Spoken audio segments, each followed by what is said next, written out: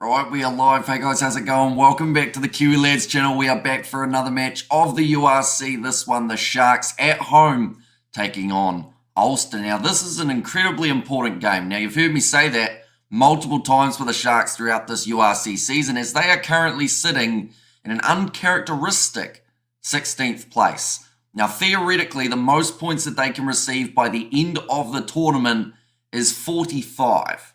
So in a weird and wonderful world, they can still finish first, but not really. There are a lot of games left for these top sides that will be able to add points. But the Sharks, they have to more than triple their points that they are currently on to get themselves into that top 8 for a chance of the quarterfinals. But there are also some great South African teams alongside the Sharks who are outside of that top 8 currently. The Stormers, side who won the first URC and also made it through to the final of the second one. They are in 9th. They've got a game up against Edinburgh, which is just around the corner. And then you've got the Lions sitting in 11th, who are still 19 points clear of their South African counterparts in the Sharks. This game, it's an important one. Ulster, if they manage to win it, they can move right up, theoretically, maybe even to 4th place. Not really, though. More than likely, it will be the 5th. Looking through at the way that the Sharks line up for this game. Once again, player skill and player names are not an issue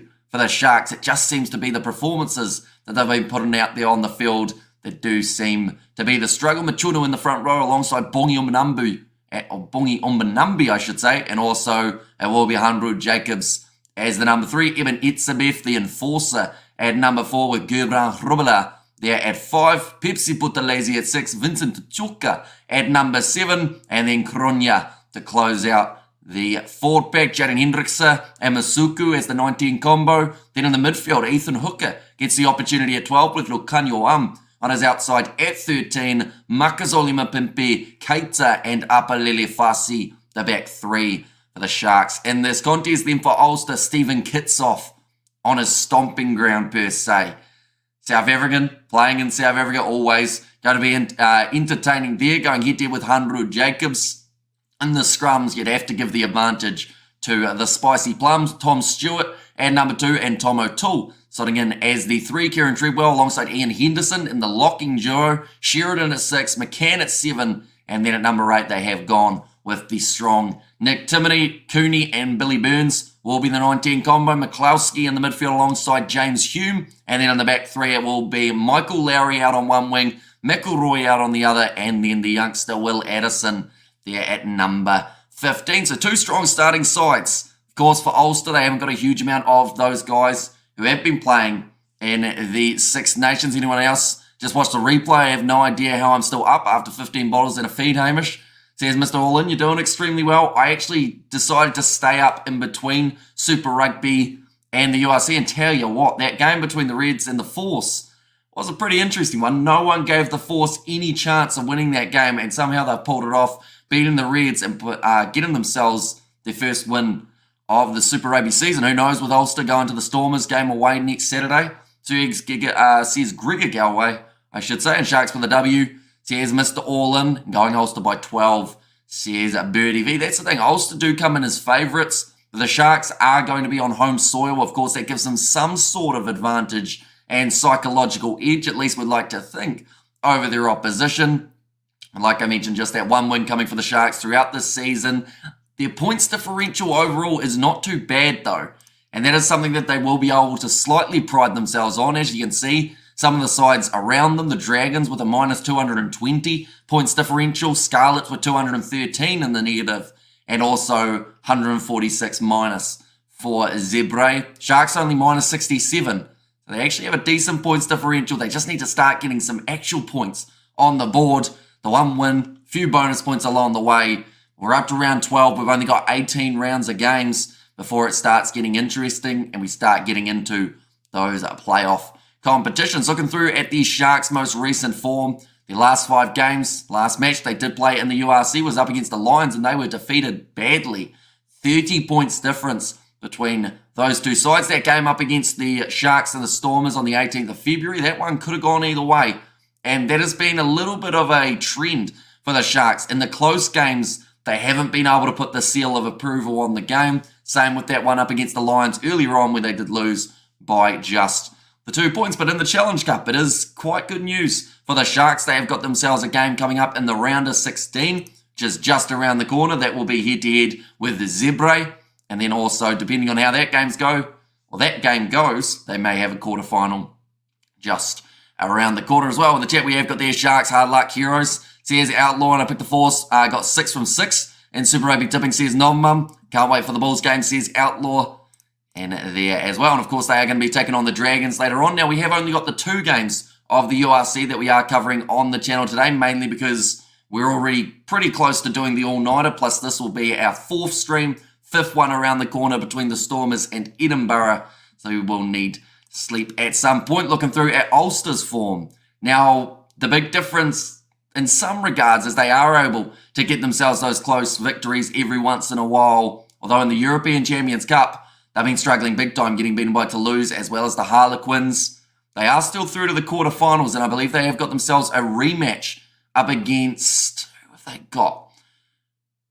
I think it is Montpellier, if I'm correct. I could be wrong there. We will get to see in a very short moment. But they did win their last game of the URC. It was 2 weeks ago in their game up against the Dragons. And, yep, it is Montpellier in the last round of the 16. Now, that is actually in the Challenge Cup as well, rather than the Champions Cup. No, that is incorrect, sorry. The reason they're in the Challenge Cup is because they missed out on the top 4, I think it was, or in fact, their top 5 of their group, which meant that they missed out on that chance, moved down to the last 16 of the Challenge Cup. And next week, they are taking on the Stormers. Of course, the Stormers playing Edinburgh this week. The Sharks next week will take on Edinburgh, so it's kind of switching between the sides that are currently in South Africa. And then there will be, at times, of course, South African sides heading north to be able to take them on in their home turf as well. We have got there, Stop Your Sobbing Sharks, says Outlaw. The good news about tears is they are wet and sharks like water. Come on, Ulster. You can help keep the Scarlets off the bottom, says Fleshin. And there as well. But we aren't too far away from the start of this contest, ladies and gentlemen. Only around 3 minutes away from the start. And the kickoff. This game has taken place in Durban, which gives the Sharks the home field advantage. But whether or not they can use it to their advantage, we will have to wait and see. But do let me know your score predictions in the chat, ladies and gentlemen. I said lady and gentlemen because I believe Not Mum is the only woman that we have in the chat on a lot of these live streams. But do also let me know who you think will win that Stormers versus Edinburgh game. Connaught, they will be taking on the Lions. These are all back-to-back-to-back games as well. And then after that, we've got another fixture that has taken place, and that will be the Bulls versus the Dragons. It is the 4th game in a row that has taken place with South African sides. Going to be plenty of action coming back-to-back-to-back. Exciting rugby all the way through, and it is a beautiful afternoon in South Africa for this contest. So I don't think slippery ball will be any sort of excuse for either of these sides. They need to go out there for round 12 and really put a statement. Like I mentioned, Ulster can start working towards that home quarter final if they get themselves a couple away wins over the next 2 weeks. Let's go Ulster 24-19, says Blues Nate. And there as well. But 30 kilometres an hour for the wind. 28 degrees Celsius at the moment for the temperature. So that is certainly something that the Ulstermen aren't used to facing, this much heat. And I got another badge, says a Nov Mum.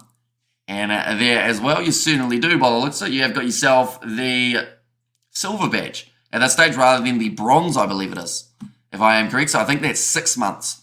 If I am correct, I'm a Leinster lad living in Ulster, 1 foot in each camp, says Jimbo.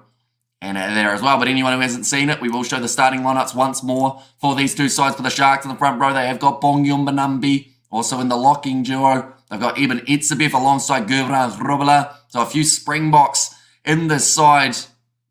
They don't lack skill and they don't lack player names. They just seem to lack results at the moment for their URC season. Mamakazole Mapimpi out on that wing will definitely be one to watch out for, alongside Apalele Fasi at the back and Lukanyawam and that midfield. Then for Ulster, Stephen Kitsoff in the front row. Can't wait to see him take to the field and go head-to-head with someone like an Eben Etzebeth.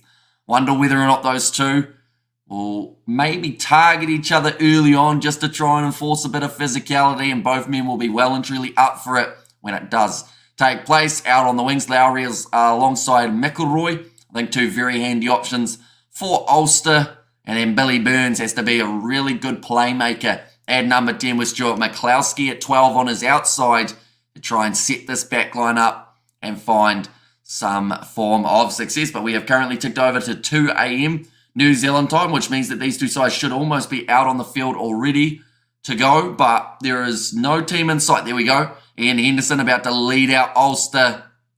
We will then be ready to go. But do let me know who you think will be the first try scorer in this contest as well, ladies and gentlemen. There is plenty of options in those two starting sides. I'm thinking Makazole Mapimpi would be a good shout, but then in the back of my mind, I'm thinking it's going to be a big forward, such as a Gubran Hrubala or maybe Pepsi Buthelezi, who gets his way over. Hamish, please give the Sharks some luck. My local side is not having a good season, says Brian. Well, the good news, Brian, like I mentioned earlier on, of course, it's very hard for it to happen, but theoretically, if the Sharks receive a winning bonus point in every single one of their games from here, they can finish on 45 points. And that would, I believe, put them in the top 8. But Machunu getting to make his way out onto the field all by himself, bringing up a milestone in this contest. Of course, they will. Irish players love smashing each other for their provinces. Says Jimbo and Machunu to score. Oh, you're going with the man with the milestone match to get himself the first try of the contest. Say, look on your arm there. Bong Yumbanambi, Eben Etzebeth. The list goes on of Sharks players. They've got more coming. The reinforcements for next season. They're going to have none other than Andre Esterhuizen, Trevor Nakanye, Jason Jenkins. There's plenty in this Sharks side. They just need some wins under their belt. Because, you know, if they start making some plays towards that quarterfinal and they do well, like, you know, they will beat some top sides. It's just a matter of time until they start gelling. And it's going to be Ulster kicking off this one from left to right. What's the crowd like? It's a decent crowd. It's not a sellout. But, you know, I'd still say like 20,000 or something around there, I would say, for this match. Hopefully we get the official attendance at some stage in the future. But Billy Burns to kick this one off for Ulster from left to right. They will be going early and looking straight into the sun. Nicely taken by Keita. Jaden Hendrickse. Ball is there for him to go across to Bong Yumbanambi, his first carry. And of course, something that Rassie Erasmus said recently. He said that he wants to have a captain in South Africa. So a lot of these guys who are in Springbok contention, they will want to step up and show them exactly why they should be perhaps that captaincy option. Nicely slapped back by Eben Etzebeth, gets under the high ball. Now Gubran Hrubala throws the pass across field. Chance here early on for the Sharks at home. Nice step from Apalele Fassi. Comes out of the tackle attempt of David McCann. On the midfield, Kronya gets bent awkwardly. And it looks like he's done his knee. He slapped the ground. He's not happy about it. My sister hopes Esterhuizen scores. She met him a lot at the Quins. Honest, says Eric. Of course, he is not playing yet. He's going to be joining next season. Definitely a talented player, Andre Esterhuizen. And I felt like that combination of him and Kanan Moody in that midfield for the Boks could be one we see in the future. But yeah, Kronya's in a lot of trouble here, unfortunately, with that knee. And they're getting a little bit too close to him, so they are going to have a stoppage now to make sure he's all right. Munster have signed Billy Burns for next season. Says a Jimbo. It's a little bit of an interesting signing for Munster because they have already got, they've got Joey Carberry. I assume he is still going to be playing on for Munster. And they've got another fly half, don't they? Jack Crowley, a Munster boy. I think he might be. But yeah, this looks like already player getting taken off on a stretcher for Kronya. We're only 1 minute into this contest. But unfortunately, the knee got bent the wrong way. I mentioned it at the time. It looked like he kind of twisted and fell backwards. And straight away, he knew that it was bad because he was slapping the ground. And I don't think that was so much out of pain. That was more out of frustration of going, I'm finally getting the start. And now my knee's gone out from underneath me. Now he's got, unfortunately for him, it's actually the leg that isn't heavily strapped. He's got one of his knees in a knee brace, strapping all up that leg, and just an awkward fall for him. Tackle made by Nick Timoney, and that knee's just twisted in a way that it shouldn't twist. So he is actually currently on the green whistle by the looks, or at least the equivalent of the green whistle. Pretty much what that does is take the pain away and make you feel a little bit loopy. And they're going to make sure that they take him off the field So an early stoppage, only 1 minute and 20 seconds in. I guess they expect to lose Crowley. Maybe. I mean, an overseas club would more than likely want to try and get that man signed. Whether that is, I don't know if he fits France's mould though, Jack Crowley, to be honest. Like, I don't know who else would sign him though other than France in terms of the big money that would be enough to lure him away. And with this team, the Sharks should win by 15. But I have my doubts, says Johan. Exactly right. Like, they've got all the potential in the world. They just don't put it together. Unfortunately, I hope they don't kick on the only thing that saves our embarrassment is the fact that the cash-rich Sharks are awful. Says Affliction. And Gotta Fight Sharks, says Outlaw and High Hamish Road, says Michelle. Welcome in, mate. You're doing extremely well. And only 90 seconds in already, the players trying to keep themselves fresh. They just showed there Stephen Kitsoff ranked number 1 in the URC Power Rankings. Eben Etzebeth ranked number 6. Leinster would, says Jimbo. That is true, Jack Crowley. I could see him in a Leinster kit, to be honest, and I don't think he'd look too out of place. The moment, who have they got? They got Kieran Frawley. They've got one of the Byrne brothers, don't they? Or one of the younger Byrne. Is it Ross or Harry that they've got? Or they might actually have both. Go the Sharks, says Carmen. And yeah, just an early stoppage. Unfortunately, the injury for George Cronje getting the start at number 8 here, and already he will be making his way from the field. Now, they won't be able to bring him back on because they have given him that green whistle, like I mentioned, a little bit of pain relief to be able to take him off the field. But a bit of an anticlimactic start to this match for these two sides. You get yourself fired up, ready to make it onto the park, and then just that little injury occurs, can make it tricky to then get your momentum back going. But do let me know your score predictions in the chat, ladies and gentlemen, who you think will be standing up in this contest. Hopefully your answer is not Cronje, because unfortunately he might not be standing by himself without the help of a crutch for the next few months. And World Cricket is giving a lot of free games on YouTube where rugby sucks, says Outlaw. And also we get their high, says Karma Peach. And there as well, not everyone, says Gillen, welcome in. Yeah, they have almost taken Cronje off. Looks like they are just at the stage of being able to lift him up onto the stretcher. But Ross, long-term injury. Harry, not Ireland's pick for the future, says a Jimbo. They are just taking all precautions to make sure that he will be all right to be lifted without any... He looks too long for the stretcher. I'm not sure who the stretcher was designed for. I don't think it's designed for George Cronje, though. He had his legs dangling off the end, and of course they want to make sure that that knee is supported and doesn't end up getting bent in any more awkward ways before he gets more medical attention on it. All the players they're kind of standing around having a chat at the moment. They've had a few passes of the ball earlier, but this is probably going to be about a 5-minute stoppage.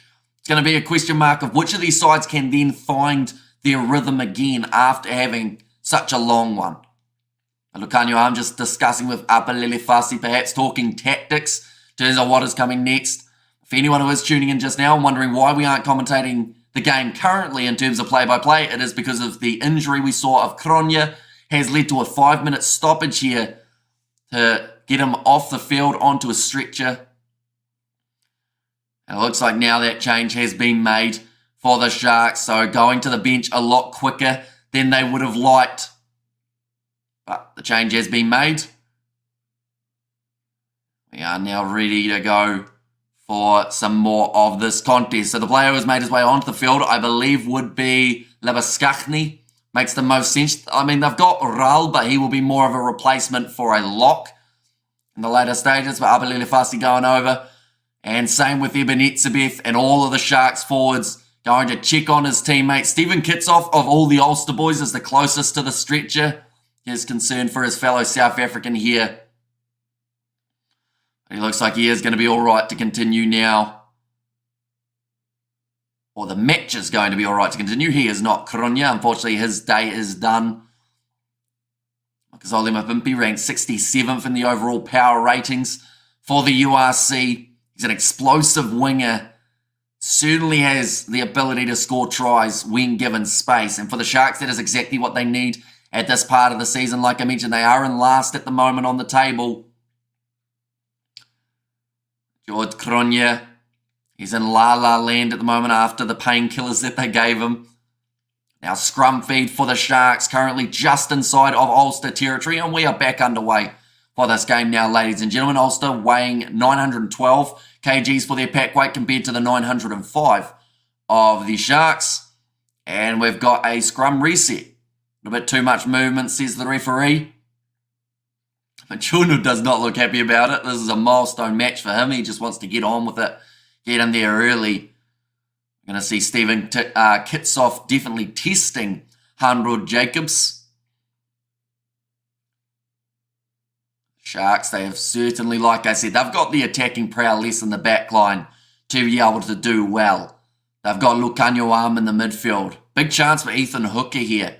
See what he can do when he gets his hands on the ball. Jaden Hendrickse feeds the ball into the scrum. Both sides holding still at the moment, so no advantages given. Hendrickse goes across now to the explosive number 10, Masuku, I should say. Of course, Rakuru playing a bit of sevens. Now back across. Nice attack and run from Machunu, taken down by Ian Anderson. Over the ball, Kitsoff almost managed to get that turnover. Now inside ball, Masuku. The last thing that the Sharks want is any other sort of injury early on in this contest. Heinrich has said, "Hi guys," and going for the Sharks in this one. The loose ball though. Lucanio Arm has to retreat to his 22. I think it was partially knocked on by Michael Lowry, but it will be play on. Stuart McCloskey cleans it up for Ulster. But after a loose backline does not link up for the Sharks, Ulster in possession straight through. Will Addison pops it up. This is brilliant work from Ulster. And they are only now 5 metres out, but the Sharks win the turnover penalty at a crucial moment. I believe it's Lucanio Arm, the man who initially had to backtrack to try and claim that loose ball, has got the turnover for not releasing. And Kitsoff loves the Guinness. Says Karma Pitch. Can the Sharks manage to win like the Force, says Hanoi? I mean, they are smaller underdogs than the Western Force were. And they are at home. 28-degree heat, so that is something that Ulster won't be used to as this match wears on. I would like to think that the advantage would go a little bit more in favour of the Sharks if they can keep it close and not allow Ulster to get those early tries, which they almost did there. Great break and run from Will Addison. Almost able to go straight through.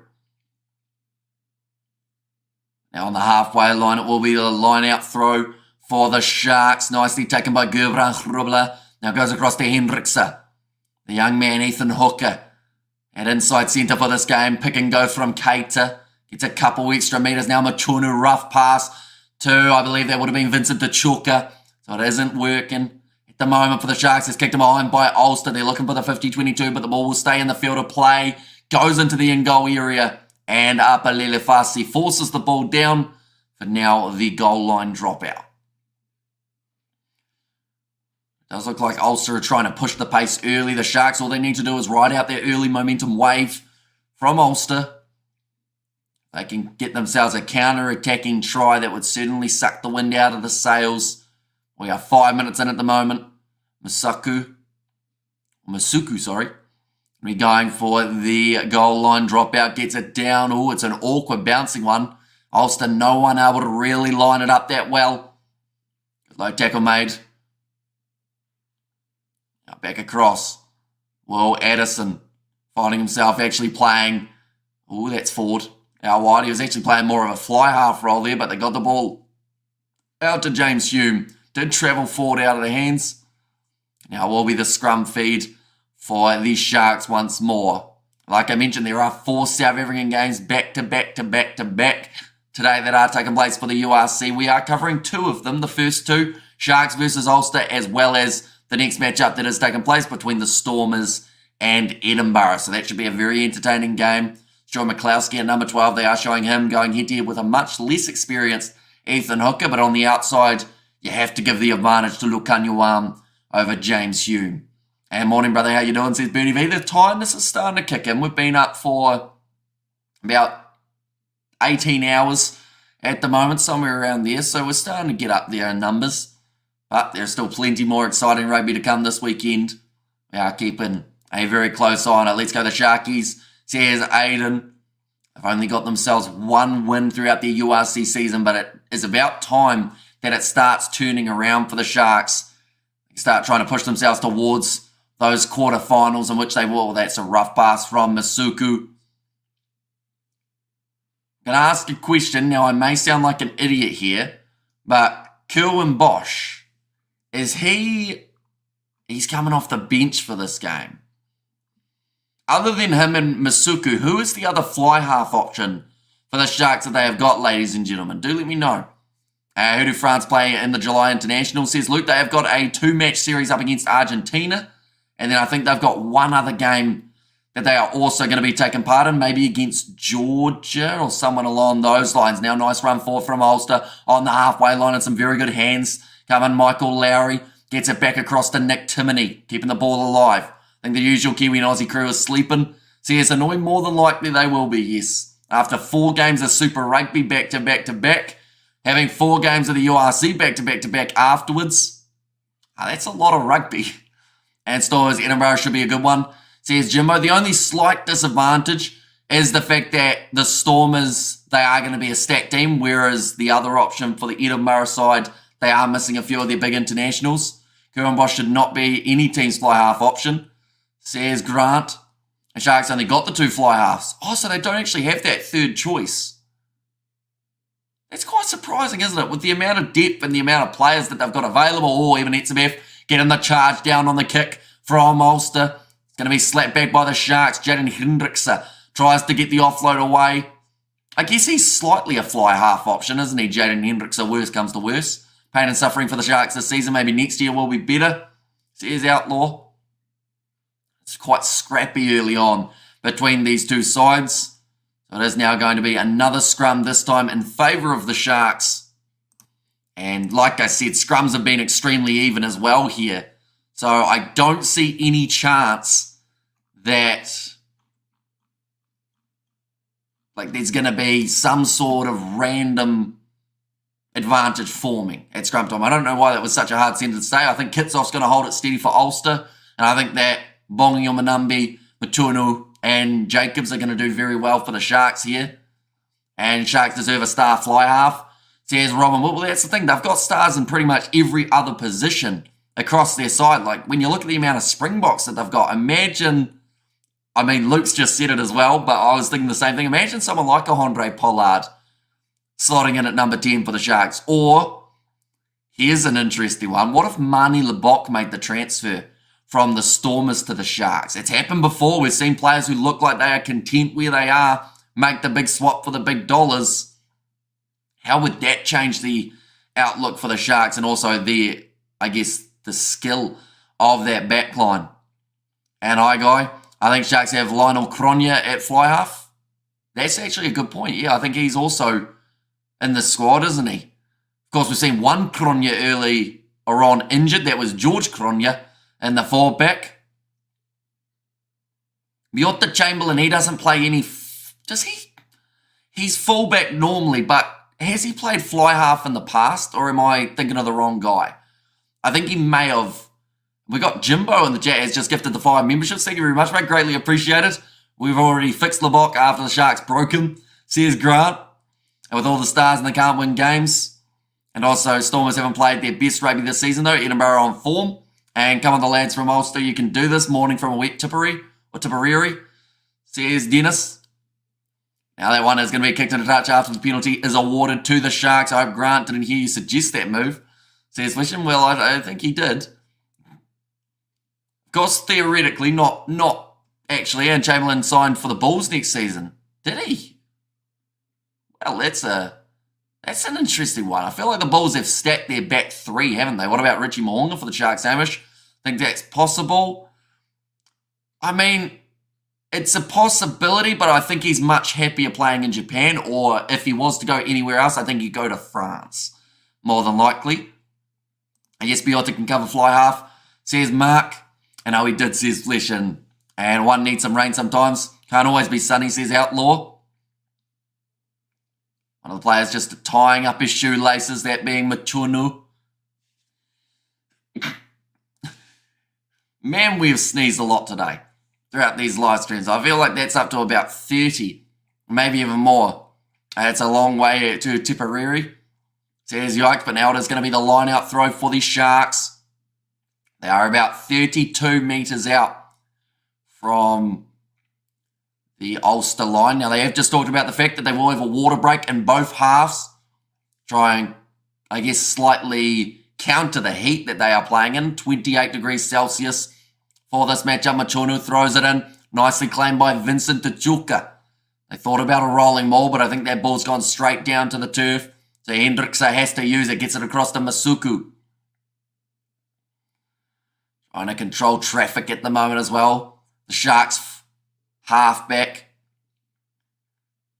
That's the problem with Ulster's defence. Well, it's a problem for the Sharks anyway. They don't normally miss too many tackles. So you have to make sure you're creating opportunity by getting a couple, maybe dummy runners through. Counteract from Stephen Kitsoff, not quite getting the turnover. You're allergic to bad rugby, Irish. Although this game's been a good start in terms of the pace that both sides have been playing at. Lucanio Arm trying to find a gap. Gets the offload away, but Pepsi Buthelezi wasn't ready for it. It's now going to be available for Ulster. Oh, no, we're going back. Okay, it's going to be a knock-on from Ulster there. And it is a Shark scrum. No, not really tip. Just a hop and a skip to go. That's a long way to go, season of mum. And there as well. And to the sweetest girl I know. There's yikes. 12 minutes through and still 0-0 between these two sides. I feel like it's going to be a back and forth encounter. Plenty of chances coming for both of these teams. Of course, bonus points are something that the Sharks need to chase. They, of course, need wins. But to get a win by 5 on the board rather than 4 on the board for the points department is massively crucial. Definitely with where they sit, they have a lot of ground to make up. Anyone who hasn't seen the table, the Sharks are in last, sitting on the 10 points. But if they win this game with a bonus point, they actually boost themselves right up to 13th, which is a massive boost in just a short amount of time. And then if they win the games after that, then they slowly start to build towards some of those other South African sides outside of the top 8. Of course, the Lions, they're on here with Connor. Beautiful run down the wing from Apalele Fassi. Just managing to walk on the tightrope and stay in the field of play. They are only 15 metres out now. Hendrickse gets it across to Gubran Hrubela. Again, going to the right-hand side. Masuku with the short ball. Straight to Bongi on Manambi. Driven backwards by Kitsoff. Of course, those two men could be side by side for the box this year. But for now, they are going head-to-head.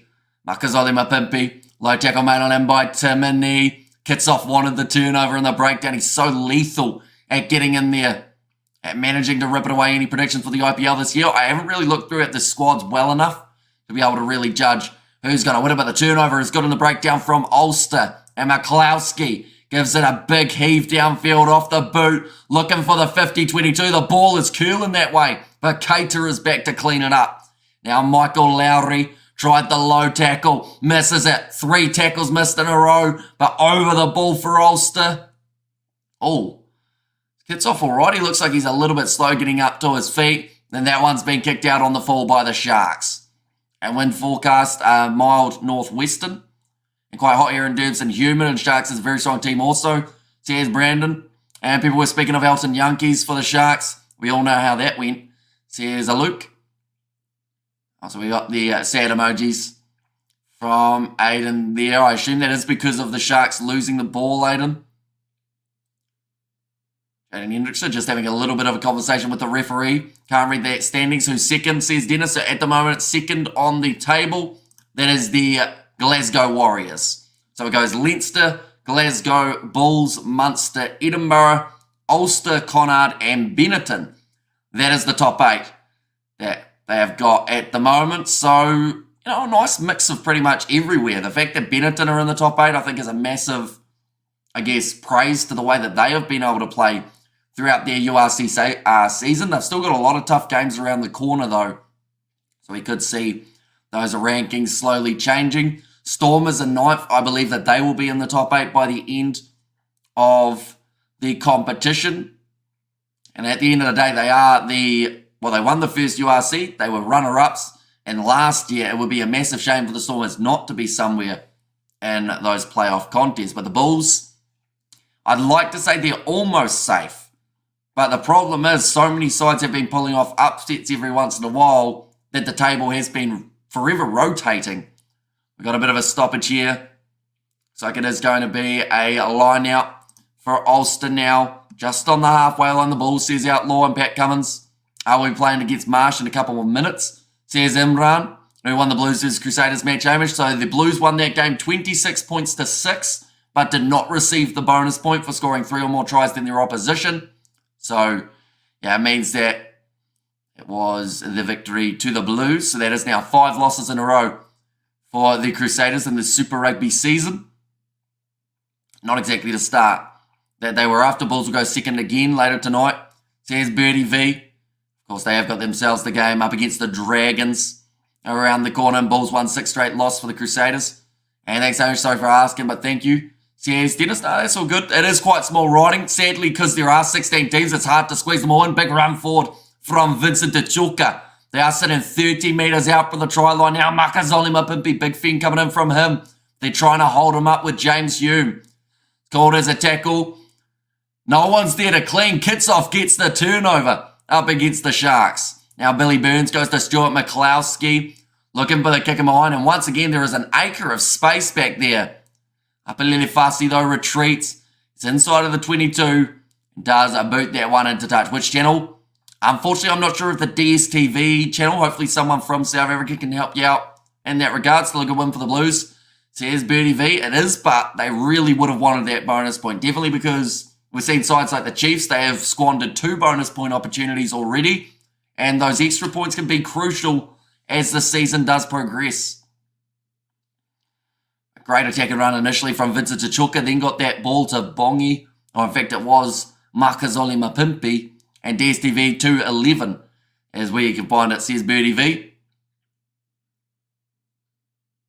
Currently 16 minutes into this contest. Both sides taking some pretty deep breaths at the moment.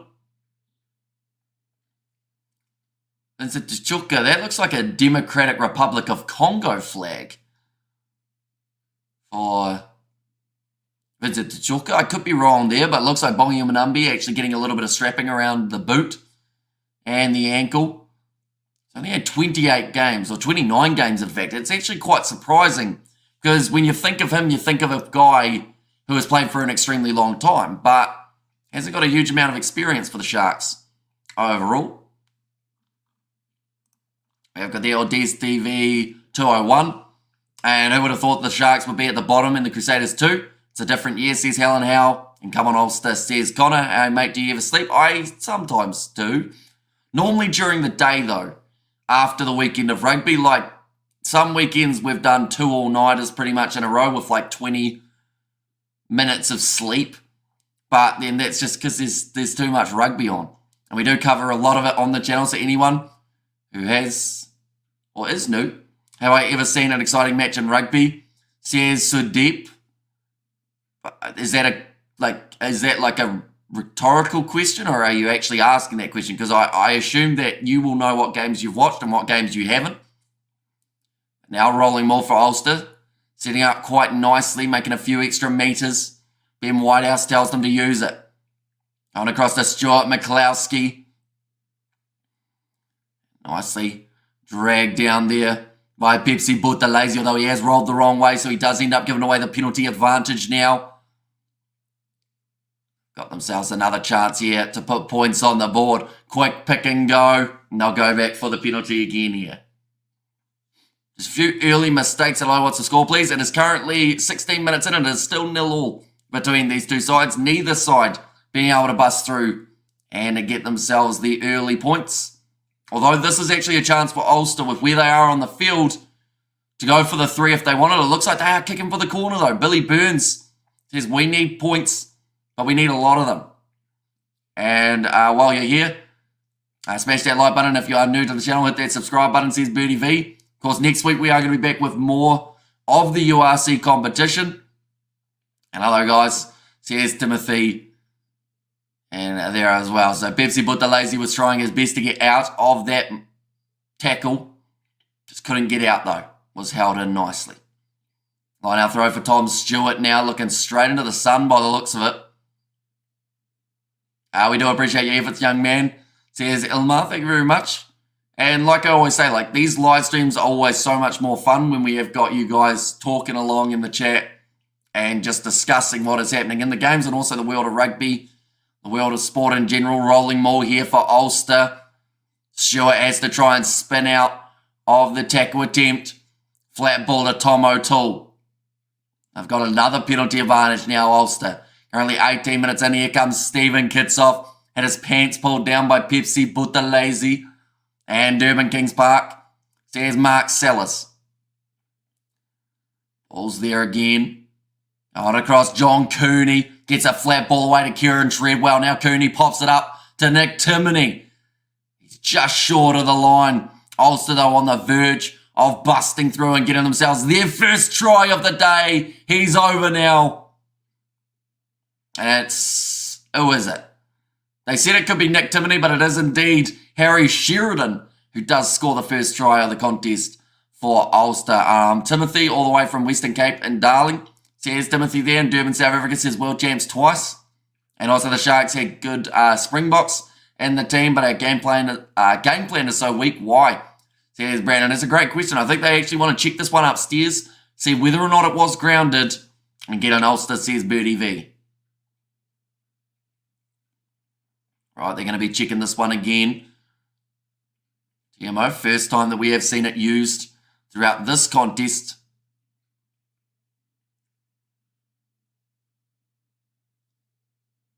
Okay, the TMO will also let us know when there is 20 seconds left on the shot clock. They just want to check to see if this one was actually grounded. And I would say, to be honest, like, that looks very close to being held up by Lucanio Arm. I think he might have just saved a try for his side. No idea how he's got his arm under that ball perfectly so that it can't be put down Leinster versus the Bulls next week.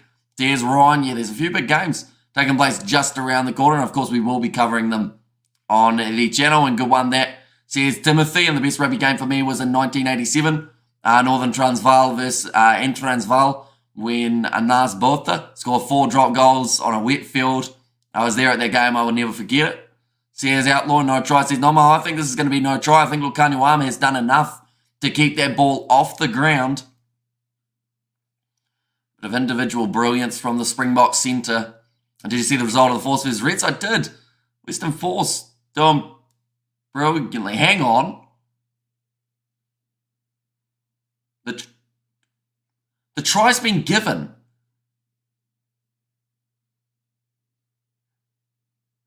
How is that given? I almost swore there. That ball for me had no sign of touching the ground. But somehow, the TMO's ruled it as good enough. So it is 7-0 for Ulster. That was a very odd call, says Grant. Yeah, the fact that they looked at it so many times, and every time it showed that the ball was not down, and then in the end they were like, oh well, might as well give it. That was a very odd call. Well, for F's sake, says Dennis. A running again tip, Dennis. Says Jim Moba now being rolled back by John Cooney. When my Subaru was looking better, that happens. Says Pads Ablaze, nicely taken at the back fight. Upper Lele Fussy. They get him a few extra meters there, the Sharks. I still have no idea how that was awarded as a try, ladies and gentlemen. Like, for me, it was held up on Lucanio Arm's forearm. There was no touch of the ball. On-field decision was try, so they needed clear, conclusive evidence that it wasn't grounded, which it wasn't. But we play on, and it's 7-0. Now for Ulster, it's going to be high. No one wanting to claim that ball off the kick, and they're going back for the original advantage. In fact, the original penalty in favour of Ulster now. It's going to be 11. And Makazole Mapimpi, who has been called for offside. And once again, Ulster will be looking for the corner. They want a lot of tries, and they want to increase that points differential as much as physically possible here. Plus, they are chasing bonus points. At the end of the day, they are not out of the woods. They are looking to get in that top 8. They are currently in that top 8, but they want a home game for the quarterfinals, and a big win here will get them a little bit closer to Munster and move them up just that little bit more. Quick start to this game. It's going to be Tom Stewart now with the line-out throw. I always think an upset will happen. I don't think this round, and it's cost me. Says Pads Ablaze. going to be nicely taken by Henderson. Starting to move forward quite nicely here for Ulster, although now it's gone down. So it's been cleaned up by Cooney at the back though. Ball goes out the back. Kieran Treadwell doesn't break through this strong Sharks defence. We're a bit unlucky with their last try, but they have to try and answer back. The try of their own. Round the side, Michael Lowry. I think he's knocked that one on, has he? It's a free kick to the Sharks. I think it was accidental offside from James Hume. We don't often see free kicks just awarded in general play. Normally we see it from a scrum reset. Our 50-22s in all games now, pretty much, yeah. I think 90% of competitions have the 50-22, if not all of them, currently. That one's been kicked in a touch by Masuku. And can you please show the standings again, says Brandon? One moment, we will go like that and like that. So that is the way that these standings sit currently. Now, I do apologise with the fact that it is quite small writing. At the top of the bunch, it is Leinster and Glasgow, both sitting on 44 points. If the Bulls get themselves a bonus point win over the Dragons, there is actually a chance that they could be sitting in first place at the end of this round. Of course, Leinster do still have their game coming up, though. They are going to be going head-to-head just a little bit later tonight in the contest between themselves and also Zebre. So there is a chance that goes a little bit more one-sided. But the benefit, I believe that Leinster won't have all their internationals from Ireland back yet. So that is the best time for Zebre to be able to pull off a bit of an upset. We have got the first drinks break. I think there are going to be two of them throughout this contest. So the first one coming in. Players looking relatively fatigued early on here.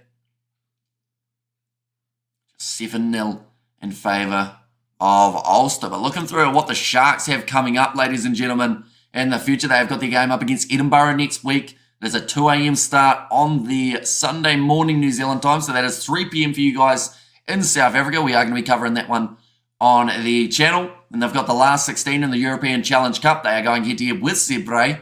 They have already faced in the URC, then Glasgow, followed by the Scarlets, and then Benetton a little bit later on. There are a few gaps in the URC competition that is due to either the Champions or Challenge Cup games that can slot in between, but also a few travel weeks that cause games to be a little bit later. For Ulster, their next game will be up against the Stormers. That is going to be next Sunday. And they've got the round of 16 in the Challenge Cup up against Montpellier, followed by Cardiff, Benetton, and then the Scarlets. So a little bit of an easier road, some would say, for Ulster heading forward. But the Sharks still need win after win if they can.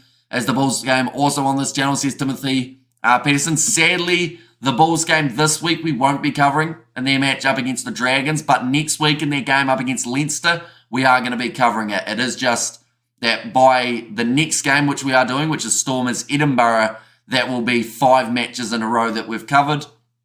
So I don't think the voice or the brain will still be working at the end of that next one. And thank you, yes, the Bulls is making South Africa proud. So here's a Brandon. Right, the drinks break has happened, though. I should mention the next game that we are covering is kicking off at 4:05 a.m. New Zealand time. Got the sad face there from Robert. Yeah, unfortunately, like, if we hadn't already done the 3 Super Rugby games today as well, I think we definitely would have been trying to do as many of those URC ones as possible. But, yeah, we do need a little bit of sleep. Now, back across Cooney, goes to Michael Lowry, and thanks says Timothy Peterson, Peterson, I should say. Bulls versus Leinster next week. So here's a Jimbo. Yeah, it's a big contest coming just around the corner. Almost the top of the table clash.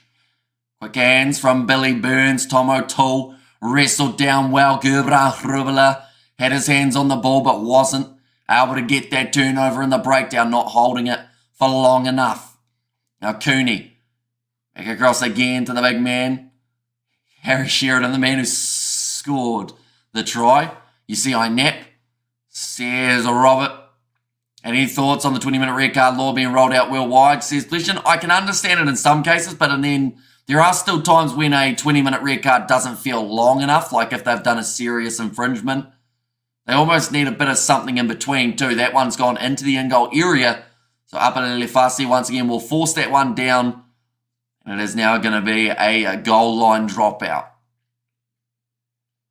Sharks have spent a majority of this game, though, inside of their own half, not being able to make the most of territory. They have had a couple good attacks. Vincent Tachuka's run comes to mind. They just need to find a way of either getting an infringement penalty against Ulster, or they need to get that counter-attack card, should be banned. And the 20-minute red card can eat a bag of eggplants. So here's Grant. Now quick hands. Michael Lowry, one more on the outside for McElroy. Tom O'Toole finds himself lurking out on the wing. Nice step from Hume to 10 metres out. I think that's Lucanio Arm trying to get over the ball, but he does end up losing his footing.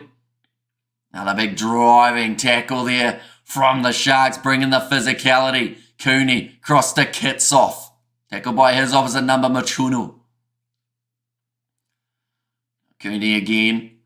Left-hand side, Tom Stewart's knocked it on. Counter-attack now for the Sharks. Big kick downfield from Ipalele Fasi. Tell you what, it's only a casual jog at the moment from one of the Ulster players. I'm not sure who that was, but it's almost a chance for the Sharks. Pepsi Buthelezi scores it.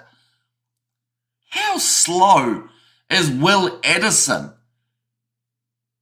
He was just jogging it like it was a casual run on a Sunday, and in the end the Sharks were too quick, got themselves close. Now they may actually check this just to see if there was a knock-on in the process, but if not, it is the try for Pepsi Buthelezi that helps get the Sharks back into the contest. I mentioned they needed a counter-attack of some sort, card spoil games for fans.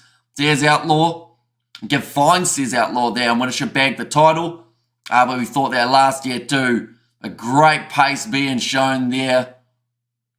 And it's knocked backwards. It is completely fine. Play on.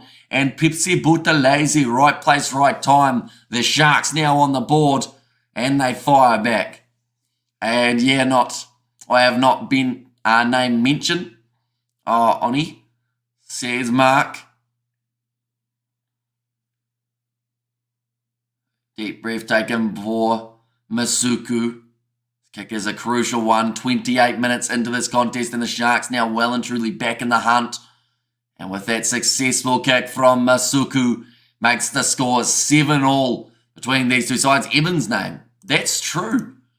He's made a couple tackles, I believe, but in terms of anything else, we haven't seen Ebenezer actually touch the ball. To be fair, though, we've hardly seen the Sharks touch the ball throughout this first half. Yeah, Will Edison, that'll make Ulster very concerned with the fact that there was just no speed whatsoever coming from the Ulster fullback. Cards do not spoil games. Stupid tackles from players spoil games. And let them jog. We need point. Sharks discipline, boys, will take us through. There's Alan Hour, but it's kicked off by Billy Burns. That'll disappoint Ulster because they've been in the box seat throughout the whole first 27 minutes. That one is a good kick from Masuku, getting it well and truly into Ulster's territory. Like I said, they're back in the game now for the Sharks. Still some deep breaths being taken for these teams. Still 10 minutes remaining. Plenty of time for one of these two sides to build a lead heading into the halftime break. In old days, there were no cards games. Was beautiful. So here's Outlaws. Now Tom Stewart to throw this one in. Goes to the front to Treadwell. Off the back, Timoney. Going to the try scorer, Harry Sheridan. Now short side. Referee is in the way of Cooney. Okay, it's going to be Ulster's ball. He apologises for being in the way. Cooney's not happy about it, but then saying that he saw the ref was on the short side. Still opted to go towards him. It's slightly his own fault in a way as well. Scrums have been very even. Both sides well and truly around that 900 kg mark.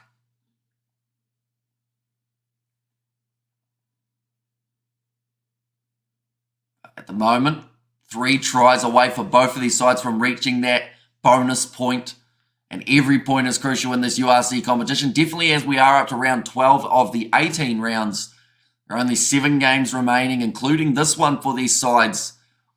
If there's ever a time to make an impact, definitely for the Sharks, it has to be now. Big push. That is going to be the penalty, though, going the way of Ulster. And I've said that was a little bit of wheeling coming from Machunu. I mean that Ulster will be able to kick this one downfield towards the touchline, True Outlaw. But they're all brain damaged now. Says Jimbo. And if you watch games from the old days and compare it to now, you'll see how poor most of those old games really were as a disorganised mess with 0 defence. Says Grant. Ball is kicked in a touch. Will be 22 metres out from the try line now. Looks like Billy Burns is calling his shots and gets the team know exactly what the plan is. The last 3 penalties have gone against the Sharks. The 2 prior to that going against Ulster. And cards make rugby a circus. There's Outlaw. But now Tom Stewart to throw this ball in for Ulster. They've been targeting Treadwell and they do so again. Looking for this rolling maul. In fact, they decide to break off the back straight away now. Michael Lowry, great low tackle made on him by Labuschagne. Man made his way onto the field early on in the replacement of George Cronje. Did have a knee injury. Left him getting taken off the field on a stretcher. Kieran Treadwell driving backwards up the Sharky. Let's go, you beautiful Sharks. Here's Aiden.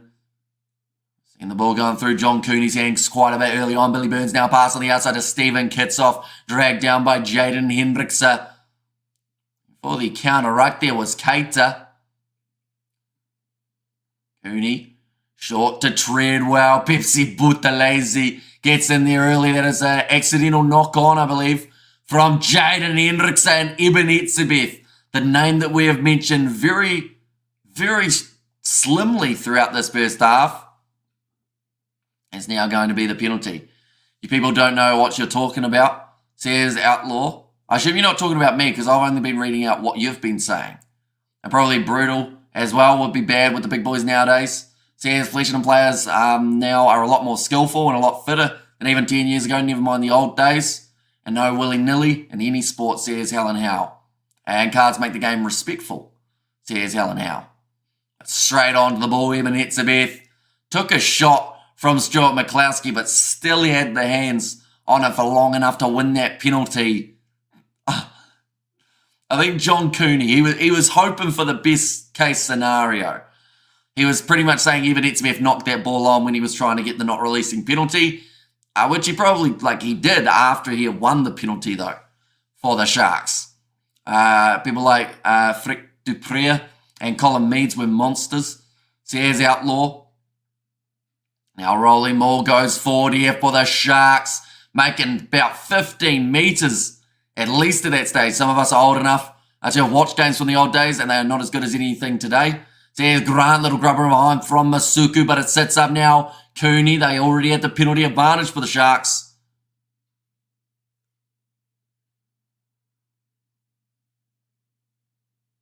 Going and then rejoining from the side is the goal there. So now the Sharks have a choice.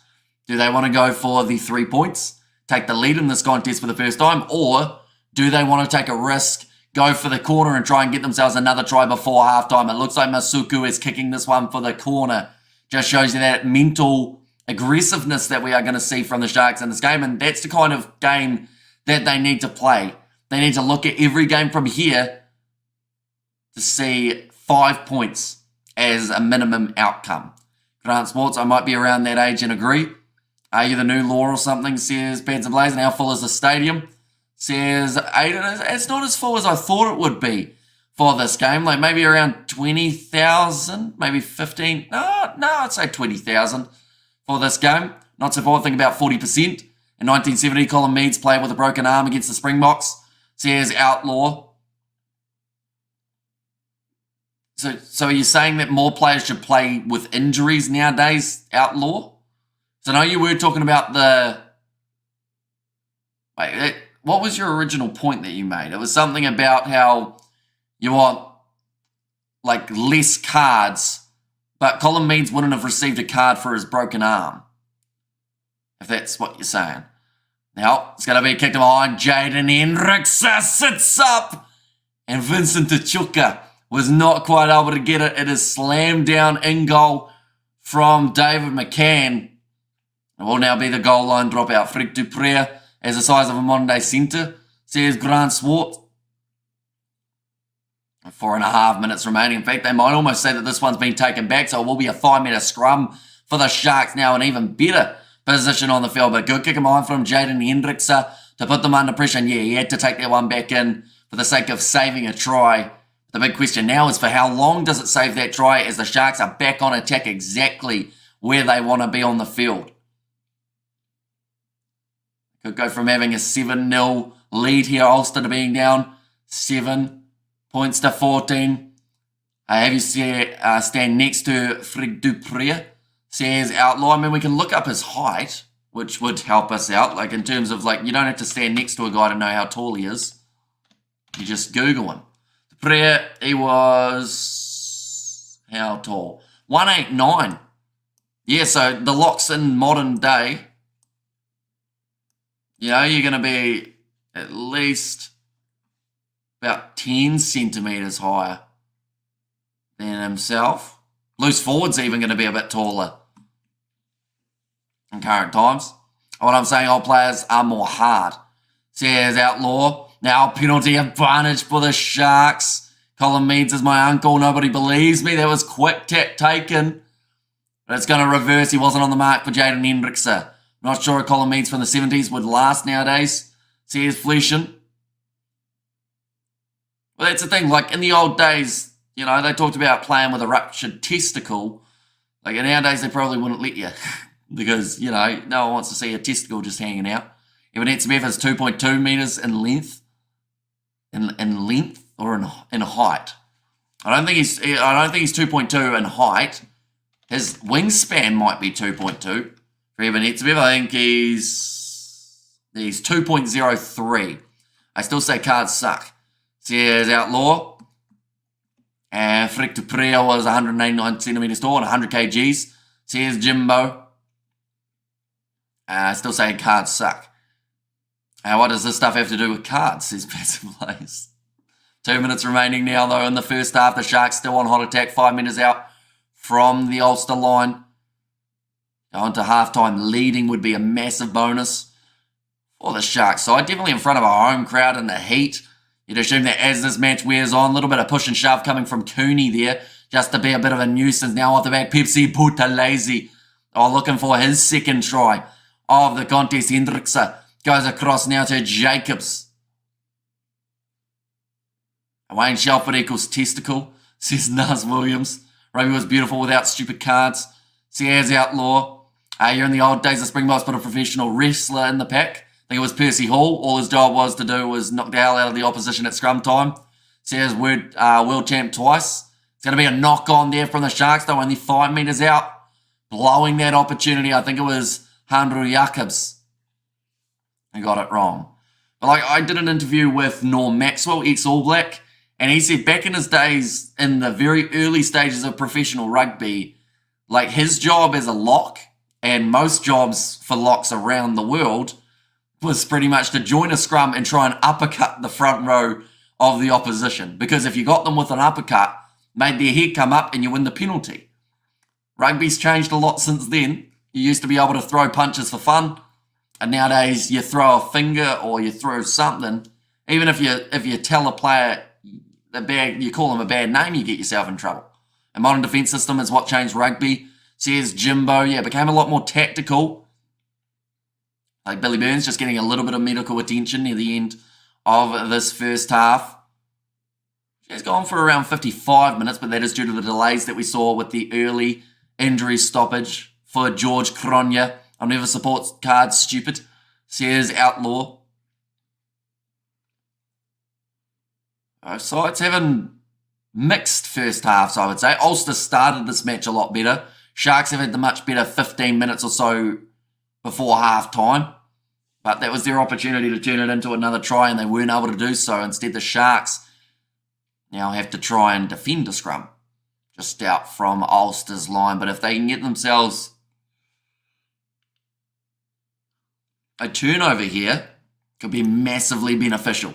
I really enjoyed that golden score game last night. I suffered this morning. I had to get up early for work, says Dennis. There's going to be a few tired people around after this weekend of rugby. That is for sure. A big push from the Sharks. But Ulster have still got themselves the ball. Big fend coming in from Hume. They've got 30 seconds remaining. It looks like Cooney is being told to use it. The best rugby was the Super Rugby with the Sharks, Bulls, Chiefs and Crusaders. Here's Brandon. All right, seems Ulster are looking to just go with a few more phases before they can put this ball into touch. TAB, the Chiefs is the favourites to win Super Rugby at $2.50. Hurricanes $4.50, Crusaders 10. Says a Nov mum there. And the cards are not the problem, it's the action of the players that cause the cards. Says Grant. Now back into the pocket. We'll kick this one downfield. The siren sounds and the ball goes into touch. And that is going to be now half-time. Ben Whitehouse wanted to make sure it was, as Makazole Mapimpi took that throw quickly, but at half-time, 7 points each in this contest. So a close game. Could easily go either way in the second half. Of course, the Sharks, they are ranked 16th. Ulster are ranked 6th. And there is a lot of ground that can be made up for the Sharks if they manage to win this game with a bonus point, which they still would need 3 more tries throughout the second half. They would actually promote themselves up 3 spots on the overall table. Can I do a head-high tackle on you? Just using my shoulder. Says Peds Ablaze. And come on, beat them now. Says Morse. And there as well, but currently sitting 7-all. We will get some stats to do with this half of rugby, ladies and gentlemen. See exactly how they match up. Because I honestly feel like Ulster, stats-wise, for the first 20 minutes, were extremely dominant with their territory. But with the fact that this game is now still so close, I think that benefits the Sharks going into the second half. Go and watch the 1973 games between the All Blacks and the Barbarians. That was a real game of rugby. Although I do want to make the defence or like the counter there that you can pick a best game of a generation. And of course, like, it's always going to look good. But sometimes, you know, you got to look at those other games that weren't so good.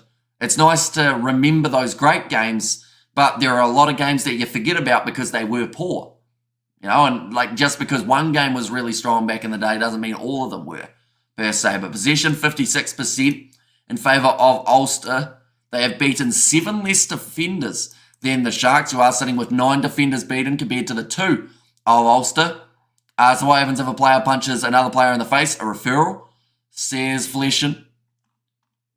Defence, we've seen 54 tackles made. 54% territory for Ulster. They have made 61 tackles, missing 10, whereas the Sharks have made 70 tackles, only missing the 2. Now, if that stat is correct, and a 97% tackle success, that is absolutely huge for the Sharks, and it also shows why Ulster have only been able to break through once. And to be honest, even their breakthrough, I believe, was a no try. He didn't get clear grounding of the ball. The referee and the TMO decided that he had, though. And I get back on the fly half saga for the Sharks. Hendricks from the Lions coming over next season. He'll be a decent signing, Jordan Hendrickse. They will have Hendrickse at 9 and Hendrickse at 10, if that is the case. 2 penalties against the Sharks in that first half. And then also the 5 penalties conceded by Ulster. So that may end up hurting them a little bit more as this match wears on. We've seen the 2 tries, one for Harry Sheridan and one for Pepsi Buthelezi. So both number 6s have been able to get themselves onto the score sheet. We've seen the most defenders beaten by Edouard Keita, who has beaten the 3.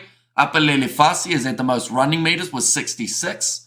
And then 2 offloads from Will Addison have come early on. Handro Jacobs has made 10 tackles, 9 tackles made for Ian Henderson. And then also Eben Etzebeth has the most turnovers won out of any player on the field with the 2 for the Sharks. I know you're an outlaw when it comes to the law. How many players got hurt in those days unnecessarily? Says Helen Howe. Can you see health and safety getting players to wear helmets soon? With all them lads with cabbage ears. I'd be like Yankee football, God forbid, says Dennis. Although, to be fair, like in some cases, a helmet's actually worse. And I know that sounds weird to say, but if you end up in that scenario of helmet on helmet, it's quite a bit of extra force that can be generated, and it can actually end up hurting the players even more. And then you also can't get away with only giving certain players helmets, because then it's a hazard to tackle them if they've got their hard helmet on. And yeah, Brother Pierre, would be interesting, says Birdie V. And also Hamish Carberry going to board only next season, so Burns will replace him. That makes a lot more sense of why they've decided to bring in another option then, with the fact that Joey Carberry is going to be leaving them the second half of this contest. I don't think we'll be too far away, ladies and gentlemen, but I will mention, if you are new to the channel, of course, be sure to hit that subscribe button. We are only just around the corner from the next contest that we are covering, that one being the Stormers taking on Edinburgh, and that will be the last live stream of the day. There are still 2 more games of the URC taking place after that, though. The Lions taking on Connacht, and also the Bulls taking on the Dragons. I do see one of those 2 games being extremely one-sided, that being the Bulls game. People have their own ideas about cards. I don't support cards and never will give fines in its professional players who is millionaires, says Outlaw.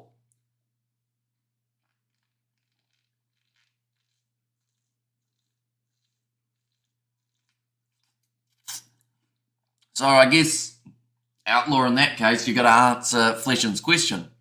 What happens if a player just randomly punches a player in the face? Is it a referral, or do they get sent off in some form, but not as a card because you don't like cards? One of the best comebacks I remember was at Kings Park, South Africa versus New Zealand. Bok were down about 19 points to 5, 15 minutes to play. Ended up winning, I think, 24 to 27 in the 19th, says world champs twice. And what time's the next game, brother? It is kicking off at 4:05 a.m. New Zealand time, but we are going to be starting at 4 a.m. Now, that is, of course, hoping that this game is finished in time. We might get like a 2-minute break in between the contests. But yeah, then we'll be straight back into the action. Once again, if you think professional rugby players are millionaires, I think you're living on another planet. Says Grant, and just finished watching Munster get a very good 5-point away win against the Ospreys, despite having about 20% of the possession and territory.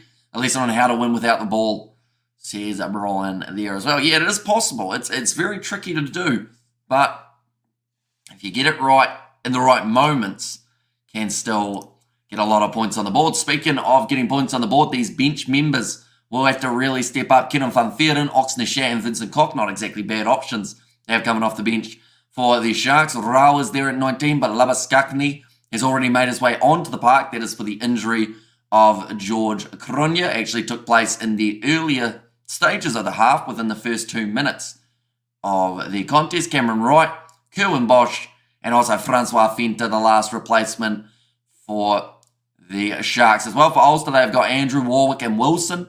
Then also, his name always gets me, Cormac, is it Chukwu, I think it is? Or Izzy Cormac is an easier way of saying it. Matty Rhea, Doak, also there's Postelith Wait. What is up with these Ulster names? And Riffle there at number 23. Normally they're the easier side to say, but I'm actually better with my South African name pronunciation than I am with these Ulster men. Well, being millionaires, a fine won't bother them, will it? No millionaires in Irish rugby low, not even close. Says a Jimbo. Yeah, as well. But yeah, strong lineup for the Stormers in their next contest up against Edinburgh. And that is the next one that we are covering. We have got the How's it Bro, says Andrew Neal. And that lesson would be defensively offense, or defensively offensive, I guess. Says a Mimineer.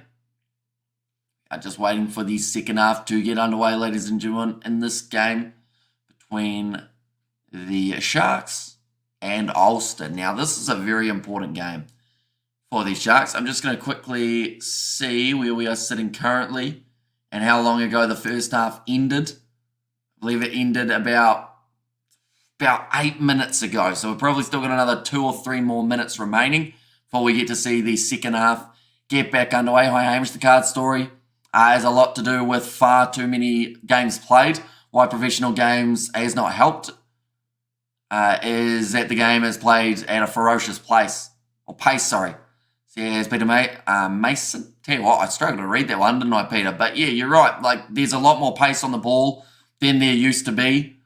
And, like, the forwards are running at the speed that is almost unbelievable in some regards. Like the amount of contact that goes into it. I believe they've mentioned a tackle in rugby is the equivalent of dropping a fridge from about 2 meters up and dropping it. And that is what happens every time you take a tackle. You own La La Land, most as millionaires. Not really. Like, in terms of the top rugby players around the world, yes.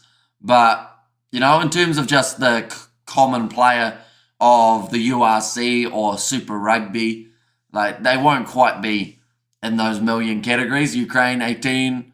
Czechia is 48. Amazing. They got a squad together. I had no sponsorship on the shirts. Says Eric.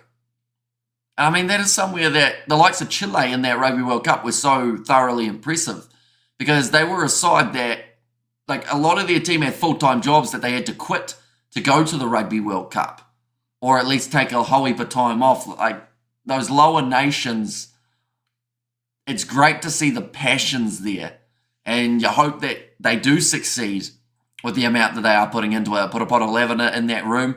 I hope you stop sneezing. I've done it here for years. Works great. Here's Dennis, so I might have to give it a go at some stage.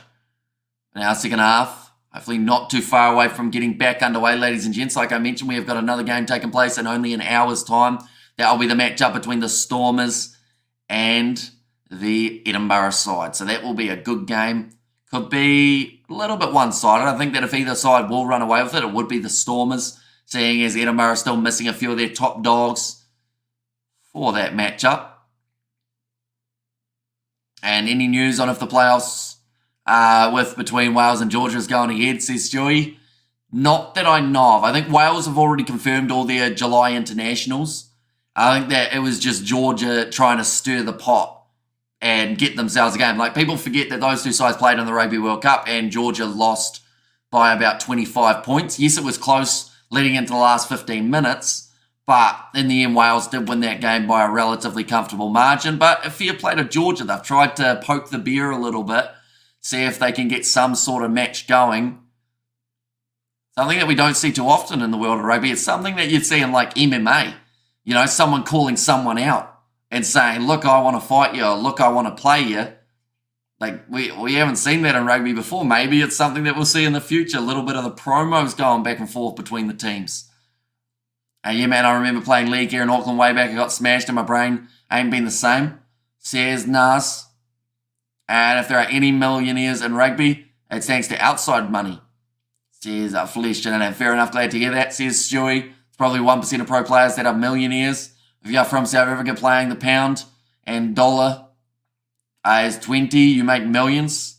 Okay, so you're talking having $1 million, of course, is very different to having $1 million elsewhere. So I guess if you're talking South African rand, then yes, you've got a few millionaires.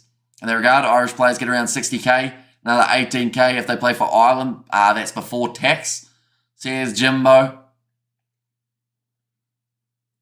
Now both sides making their way back out onto the field.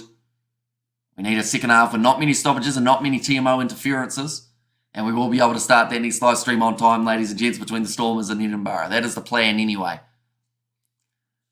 We'll see how it goes. So Ulster have made their way out onto the field. We are just waiting for the home side, the Sharks, to make their way back out there. Seven points each for these two sides. Let's go Sharks, says Bhavani. Stephen Kitsoff still all smiles. Talking there with Ian Henderson, possibly about tactics, about what the plan is moving forward for Ulster. It's going to be important for both of these sides to start the second half well. Let's go Sharks and also Shucks. So here's Anaz Williams. Seeing the tackles made. 76 by the Sharks. And I mentioned they only missed the two. What time's on? Or when's time on, says Johannes. They are only about a minute away from starting the second half. There are professional players not from South Africa, so the statement of most pro players are millionaires is factually incorrect, says Grant. Now the Sharks, they will be kicking off from left to right here. It is Masuku will be starting it off. South African Rand millionaire lives on breadline, says Stefan. Just waiting for that whistle from Ben Whitehouse if the Sharks win. Do they favour for this, or who do they do a favour, for the Stormers? That is true. Would help the Stormers get a little bit closer to that top 8 and get on low points windy. Says Bhavani. Did you see the American won $1 billion lotto? I did not see that, but that is a huge amount of money, that is for sure. Now kicked off. Masuku goes long and taken close to the touchline by Michael Lowry, trying to step his way through. That's the thing. Ulster had a majority of the chances throughout that first half, but the Sharks made the most of it when they finally received that chance. What's up to all my New Zealand peoples? 3:10 a.m. in the morning, says Naz Williams. It certainly is.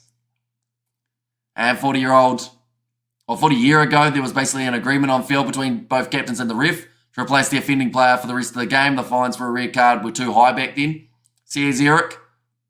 Vincent Tujuka gets his offload away on the outside. Going forward, nice run from Ethan Hooker to the halfway line for the Sharks. Jaden Hendrickson goes off to Handro Jacobs. Decide what way he wanted to go there. Hendrickson does tip the short side. Labaskachny knocks the ball on. It's going to be kicked behind from James Hume. Looking for the 50-22. It sits up for Apalele Fassi, who has got a very strong left boot. Have you played 10 years in Europe? Come back to South Africa, you are very rich, says Outlaw, but 10 years is a long time in a game of rugby. Like, if you manage to avoid injury for 10 years, you've done extremely well.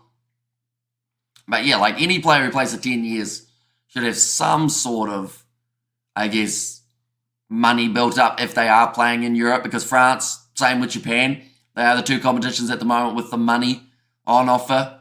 Hamish, have you been to South Africa since a Rugby World Cup? Just asking for Chloe. I have not, no.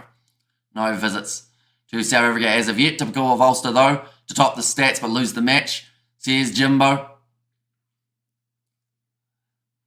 Bench don't look like they're too close to getting ready to go out onto the field. The commentator just said the exact thing that I thought, and that was that the Beast was watching on. In the Sands 40 years ago, the players were not professional. So any fine is expensive for what is basically a hobby, says Grant. And oh, that player doesn't look good, says Nov Mum there as well.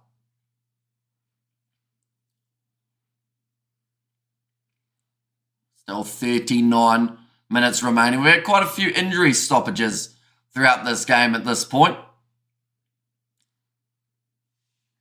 That's Billy Burns. He actually had a bit of an arm injury earlier on. This looks like it might be the shoulder or the pectoral muscle. Doesn't look comfortable one bit. We're going to see the replay here. I think he just twisted the shoulder and straight away. That hand's kind of twisted in an awkward manner. He'll be making his way from the field. They will have to replace him, and that is not what Munster will be wanting to see. They got 2 back replacements. Going to be Nathan Doak now to make his way onto the field to replace Billy Burns. And that could come back to bite Ulster later on in the contest. Definitely if they suffer any sort of other injury, their players will start to get tired. And that looks like a dislocated shoulder. Says Grant, I've seen many games in my life. I know the game. I watch more games than you guys change underpants, says Outlaw. But you haven't really asked anyone how old they are. Like Grant, I know, has watched rugby for an extremely long time. Fleshin's the same. So, like, in terms of the amount of games that you've watched, like, who knows, maybe they have seen more, you know? I feel like you would have seen enough games to know that the game of rugby has had to adapt as the games have gone on and the years have gone on. Little chipper behind, sits up for Apalele Fassi, dragged down but gets the offload away to Vincent Tujuka. Now, Jaden Hendrickson going off to Eben Etzebeth. Now Machunu, short ball to Buthelezi. And seems very scrappy match. Yeah, there's been a little bit of scrappiness to this contest. You've been very lucky the last 10 years in Europe, says Fleshin. Ball is there for Jaden Hendrickson. Now across to Gurran Robela. Breaks through that tackle attempt of Sheridan. Made it look a little bit too easy. Eben Etzebeth has knocked that ball on. A rare mistake from that man. It's now going to be the scrum feed for Ulster. And the average salary for the top 4 clubs is 85k, 650k per year. And for endorsements, Furlong is at 500k, Omani the same. And there are other Irish players at 400k plus.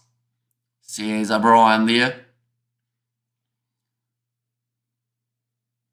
Yeah, just a drop ball from Ebenezer. Let's go Ulster, do it for the Irish. And most of you was in nappies when I began watching games. Says Outlaw.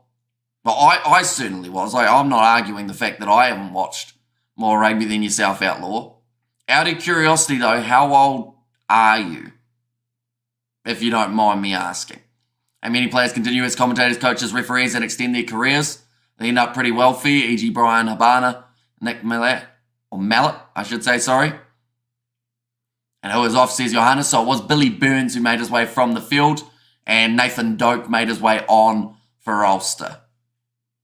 And then the only change that the Sharks have had to make as of yet was Lavaskakni making his way onto the field for George Cronje in the first minute of the game due to an injury to his knee. There's a free kick now in favour of Ulster. And Nathan Doak to kick this one towards the touchline. Are you doing the Leinster match today? We are not, no. The next game that we have got on the channel that we are covering is Stormers versus Edinburgh. But that's the last game of the URC we are covering tonight, just because that will be our 5th game in a row we have covered on the channel. I'm 62, says Johannes. I found a live match on YouTube, Kawowo Sports, showing Mongas versus Rhinos. The grass is so long you can't see the players' feet, says Eric. There's some hidden gems on YouTube in terms of games that you are able to watch. I'm older, says Outlaw. So how old are you, Outlaw? Now Bongi Manambi. Hendrickson told to use it. Gets it away to Hooker. Givran's Rubala. Trying to break through. Stephen Kitsoff looking for the turnover. And every breakdown, kids. I'm 60 today, says Eric. So congratulations, mate. Happy birthday.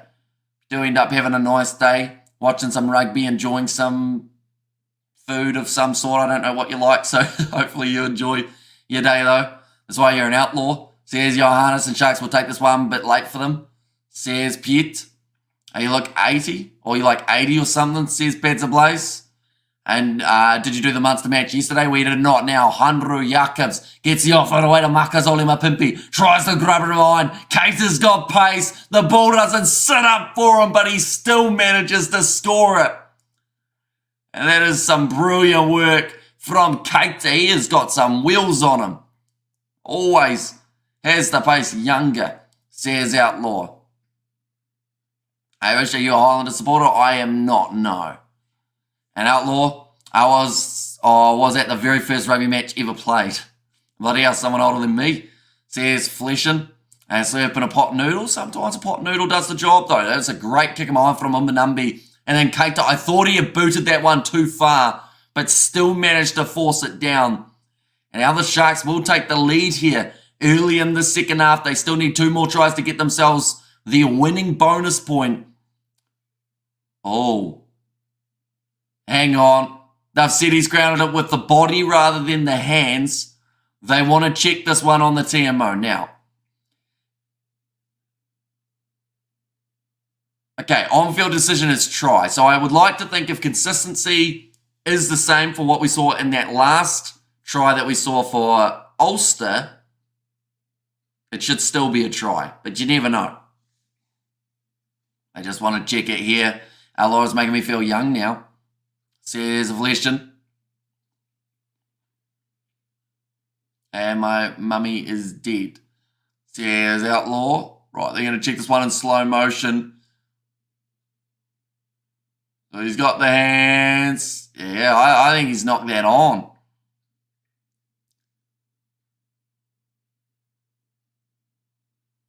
Okay, one of the South African commentators is saying he can't believe if that was given as a knock-on. Well, I can understand why it would be given as a knock-on because it has travelled forward. And it's been Healy starting for Edinburgh. Not actually too sure. Yes, I have got the lineups for the next one prepared, but I haven't got them on this live stream. And GMO decision have been weird since the World Cup. Oh no, the try is going to be good. They are trying to get agreement that he hasn't touched it with his hands. And that looks like a knock-on to me. Yeah, I thought it hit one of his hands. And they agree that it's going to be a try. Outlaw come Brian Cape Town. You might need it today. Oh, well, that probably evens out the poor call in the first half for Ulster. Now, probably not the best call for the Sharks, so they're even in that regard, I guess. But Masuku now will be lining up this kick. Give the Sharks a little bit more of a lead, and for the first time in this contest, they are leading in the match. 47 minutes through. It means that this half is going to be finished maybe about 5 minutes before the next game is due to kick off. Cape Town sucks too much wind. What the hell? These calls are weird. Yeah, I feel like anything we thought we know about the rugby laws or the rugby rules are just getting ignored. But that kick is good from Masuku, like I mentioned. Now making the score 14 points to 7. Cape Town sucks too much wind. Says Outlaw, let me guess, back 50 years ago there was less wind in Cape Town, Outlaw. Compared to now, maybe they should ban wind from the games. It's a good idea. Now it's going to be kicked off. Down to the 22, nicely taken by Gubran Hrubala.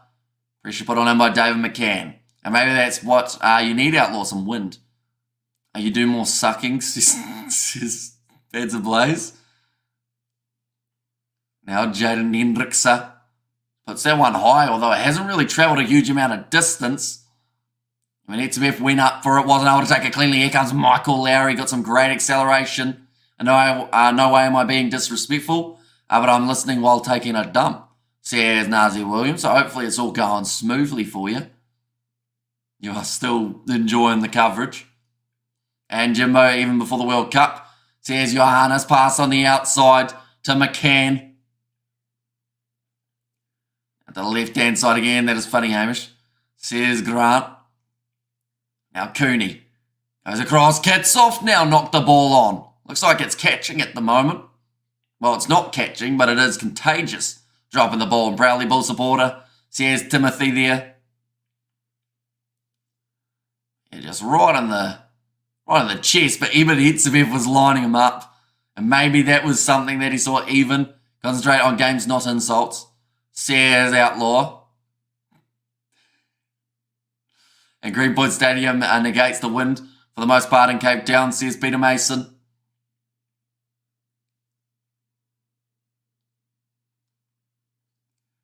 Another 31 minutes remaining in this one. 2 tries for the Sharks at this point. They need another 2 to get themselves that bonus point victory. Might be the minimum that they need at this stage of the competition. They just need to keep on building points after points. Scrum penalties so far, the Sharks have managed to win 2 compared to Ulster, who've only won the 1.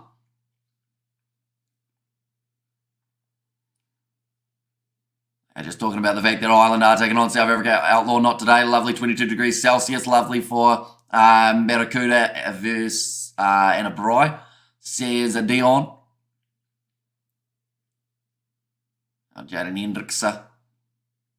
Ready to feed this ball. And again, the South Africans, of course, looking good in this contest.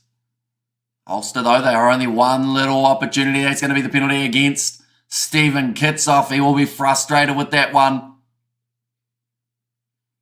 And if you're going to go on a public platform and say ridiculous things, you should expect to be called out on it.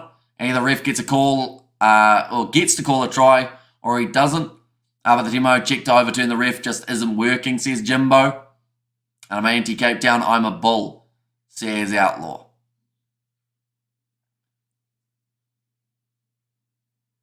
Yeah, nicely done by Andrew Jacobs. Getting the Stephen Kitsoff penalty.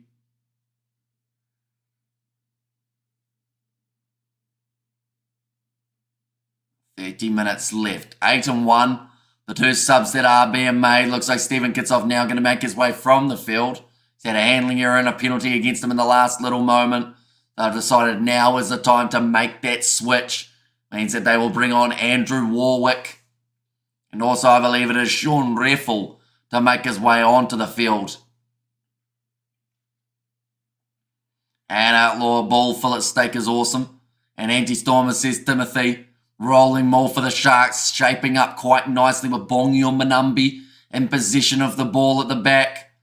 Tomoto has to pull out of it. Now Hendrickson going to the short side, tries to grub her in behind again. Covering defence from Addison. Ball on the inside to McElroy. So swearing dude gets some manners, says Outlaw. Back across to the left-hand side. Got a long way to go up the field though, Ulster. They're only 5 metres from their own try line. They will have to kick this one soon, and it looks like Cooney will be the one to do so. The Stormers will win today. They certainly should. Edinburgh look like a slightly weaker side. They haven't got their international players back. So no Pierce Gorman, no Jamie Ritchie, no Duan van der Merwe, no Darcy Graham. There's a lot of gaps in their side. So it should really work into the favour of the Stormers, who have got Lebok, Valimza, Ruiz. They've got a lot of good guys in that side. Now rolling this one back. Cooney does put it up. Even Etzbev wanted to go for the charge down, but did end up going a little bit early. Oh. Okay, if you do it again, the referee just said that Evan Etzbev will end up with the penalty. Oh, yeah, look at that. Hamish, you should tell your mum Outlaw hates her favourite team, says Grant. And BB Pedza. And come on, boys. Or come on, guys. This is Hamish's channel. Says Johannes. Looks like, Bongio Manambi, I think, is getting a finger put back into place. He did not look happy about it either. We've got ourselves another stoppage here. Crowd are decent in attendance. Not quite the amount that they would have loved to have for this game. They would have loved to sell out. Still a pretty decent attendance overall, though.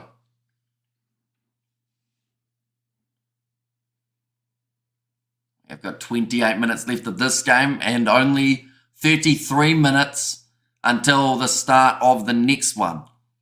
Look at there, Ruiz should be in the Springboks. He is a very physical player. He is, but he's also a very, in the nicest way possible, he's a very dumb player at times. Don't get me wrong. Breaks through tackles, puts in big hits, but every once in a while he has a brain fade, and that could end up costing the Springboks drastically. Like the amount of yellow cards that he gets for the Stormers, it's almost more than anyone else in the squad and almost anyone else in the competition. And it's also just those little things. Okay, the attendance is 16,500 for this match. So we said 20,000. Bongio Manambi still down, getting a finger put back into place. He didn't want to look at it as it was getting put back in. He's not having much fun. At the moment, the medics trying to put it back in for him. Taking quite a bit of time. Maybe the sub will have to be made soon. Kieran van Veeren, not a bad option to have coming off the bench.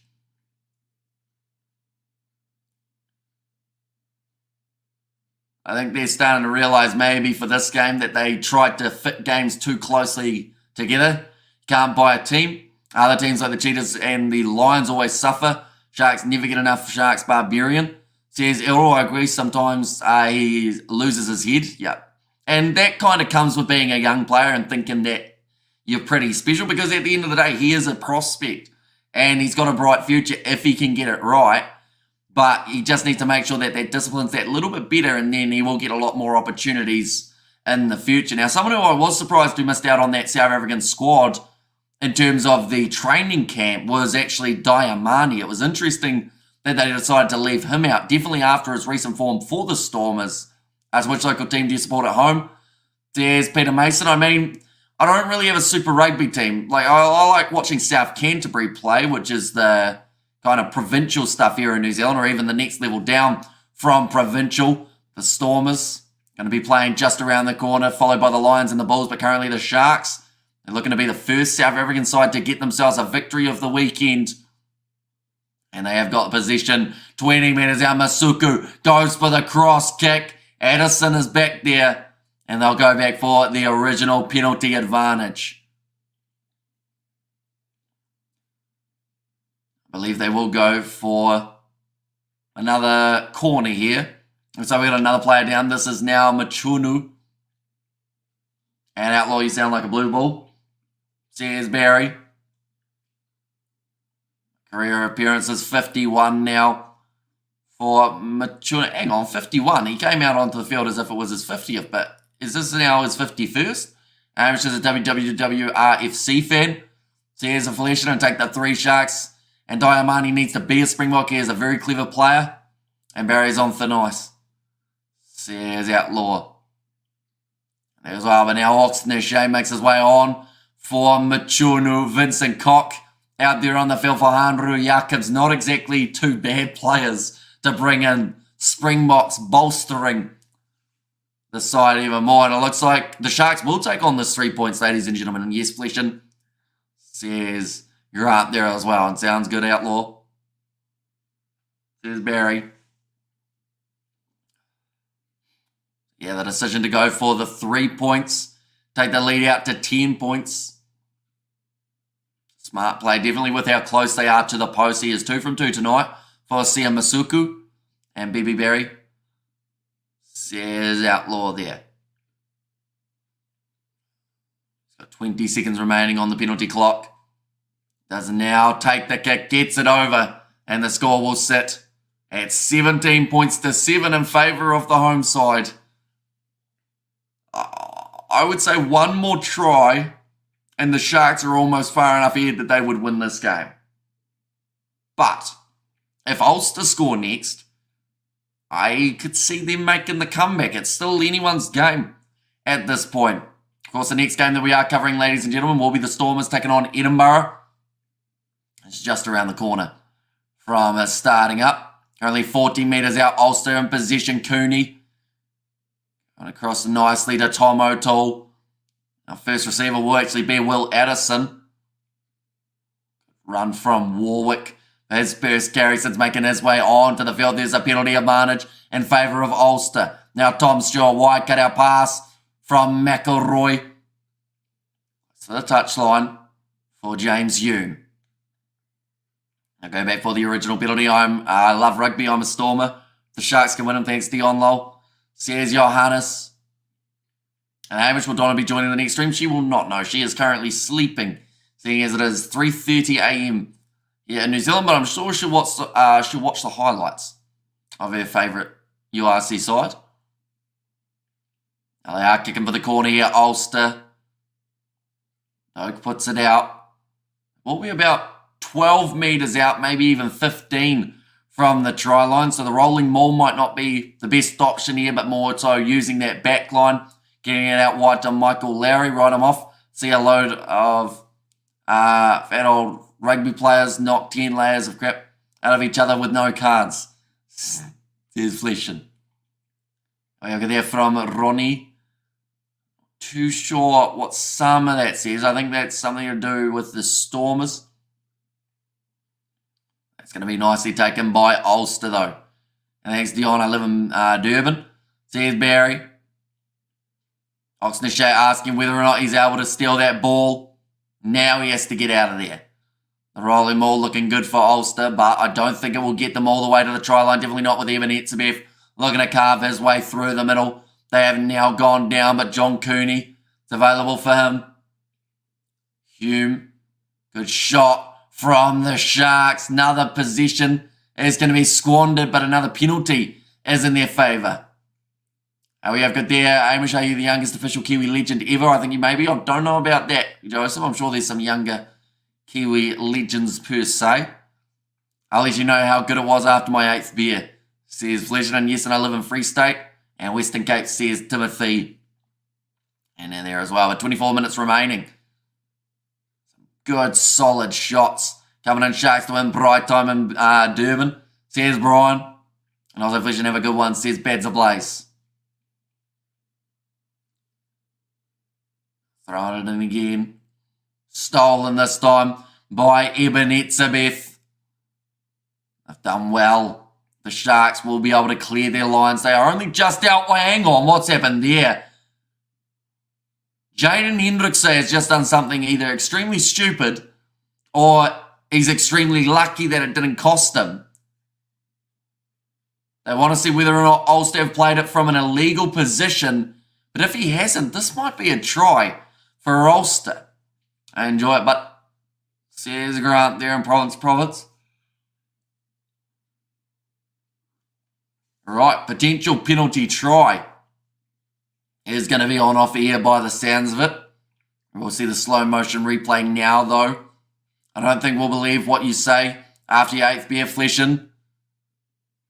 Evan Etzebeth went up for it, managed to get the turnover steal. Then it pops out the side. And then I think he might have almost got that one down. And if he didn't, he was extremely close to Kieran Treadwell.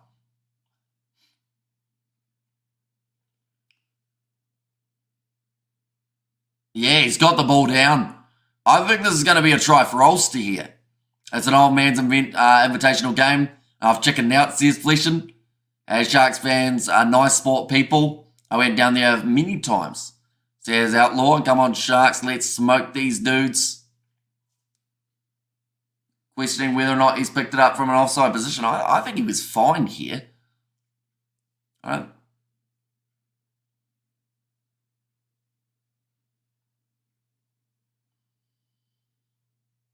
Oh, they're trying to ask whether or not there was a white hand playing it. This is going to be a TMO that takes a couple minutes by the sounds of it. And nice to Sharks. Says Ronnie there as well. And Ben Whitehouse saying he can't actually tell if there was a hand playing at it. On the ground, the Sharks had it. No, I think that's just a mistake from the Sharks.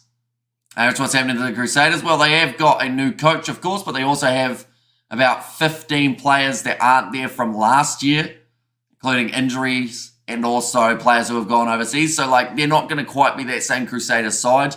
Like they mentioned on the commentary earlier on, because they're the Crusaders, people expect them, even with such drastic changes, to be able to perform.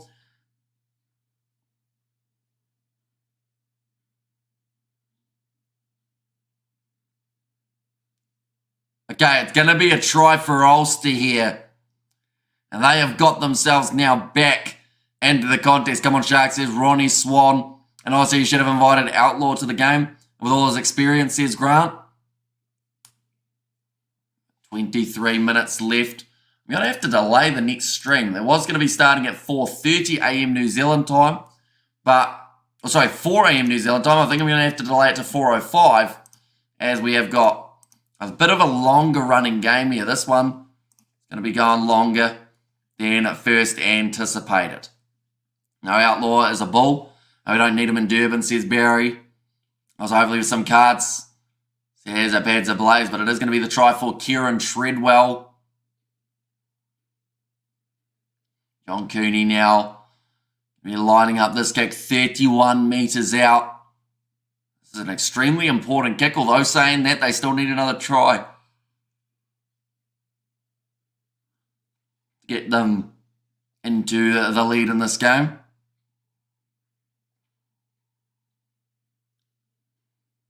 He's going to be taking his time here, though. And this is a very good game, nail-biting for a Sharks supporter. Says Dion, yeah, it's been very back and forth between these two sides, which is exactly what we want for the first game of the URC. There we are covering. He's shanked that one, Cooney. So the score will remain at 17 points to 12. And Panther Blaze Outlaw came with cards sold separately, says Grant. At 17-12. Getting towards the last 20 minutes of this contest, which probably means we will have a drinks break in the very near future. Although saying that, the sun is no longer on the field. So I'd like to think that maybe they would consider just continuing on without a drinks break, seeing as they are running drastically behind. That ball's going to be put into touch by Hume.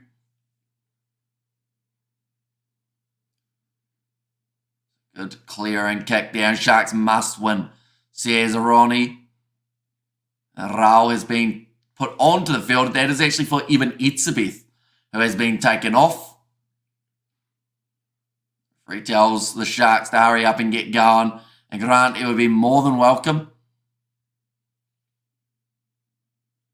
Bongi Umbanambi to throw this one in. Nicely claimed by Ral, although it's loose. And Ulster managed to claim it. Tom Stewart gets the ball back for this Ulster side. Now Ian Henderson puts it in behind. Cut out pass. Out wide to Michael Lowry. Tries to show the acceleration that he has got. A great effort from Oxnisham. We've got another stoppage now due to a knock-on. Come on to the Sharks. You must take this one, says Ronnie. And Outlaw gone very quiet. What's up, bro? I hope that the Irish will have a lekker braai after the game. Says Dion, yeah, this will be a massive win for Ulster. And it sounds weird to say, doesn't it?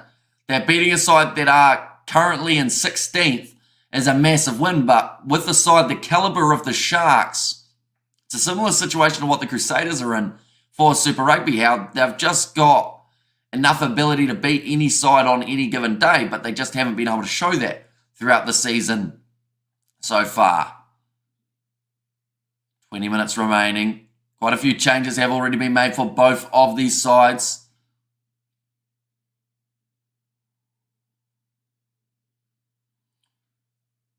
Just looking through at some of the changes that are still yet to be made. I think they can bring on John Andrews soon for Ulster. I think they've actually still got about 3 more. That's another penalty going the way of the Sharks. Umbunambi celebrating it. Big push from Oxnisham. Having a chat there with Tom O'Toole. Just letting him know he got the better of him. Who was top of the Kiwi log. So the Hurricanes are the only undefeated side in Super Rugby. And they are sitting 5 from 5. And then after that, I believe it is the Chiefs, then the Blues. Then it goes to Highlanders and then the Crusaders for the New Zealand sides. But the Crusaders are in dead last at the moment in the competition. And hit the live video, or like the video, guys. Says Rugger Rugby. Only 45 likes, that's build. Anyone who hasn't already, be sure to leave a like on this live stream. Also, be sure to hit that subscribe button. We have got plenty more URC coming up in the near future. So if you do want to help support us, be sure to hit that subscribe button. Right, I'm off, boys. To watch Fat Old Men in the mud. Hopefully nobody has spare boots or cards. Says Fleshin. You have Guinness in South Africa, guys. Says Jimbo. Now rolling more starting there for the Sharks. 18 minutes remaining on the clock now. Cut out pass from Masuku. Finds the hands of Kato, who has had a very strong game. Already getting himself the try earlier on. And the contest, the one thing you are going to see the sun still up in Cape Town, says Peter Mason. Apelele Fassi. One of his first runs of the second half, but we're going back for another penalty. Bit of push and shove as well going on between Makazole Mapimpi and one of the Ulster backs.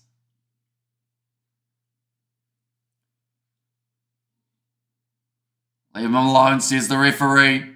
Trying to split it up. And I'm a Chiefs fan, says Dion. And early rank above Australian. Rhino denied last minute winner against the Mongers, says Eric. I'm sorry to hear that, Outlaw. It was interesting, says Barry.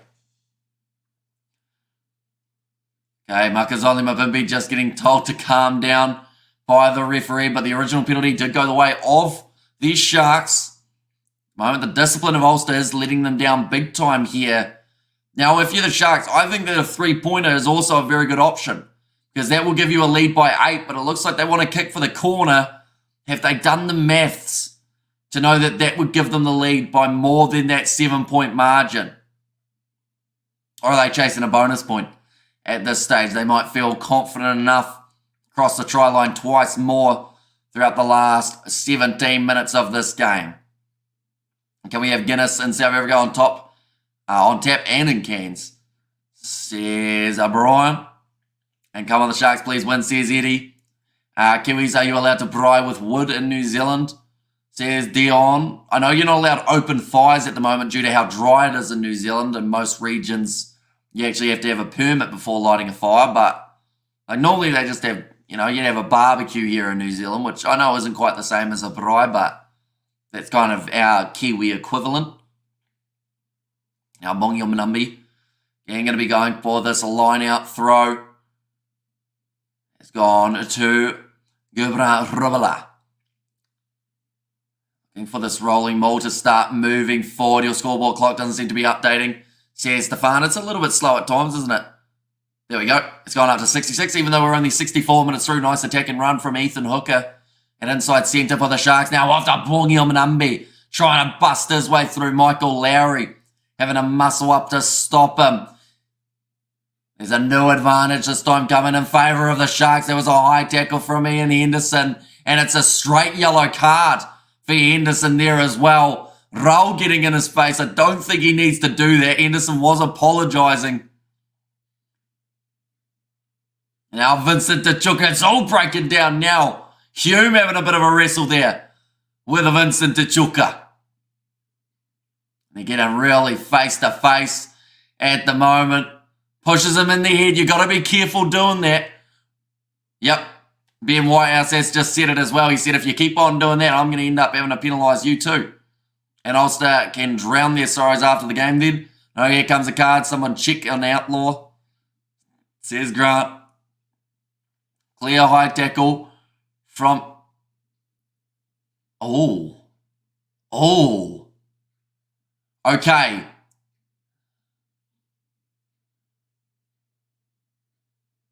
Oh.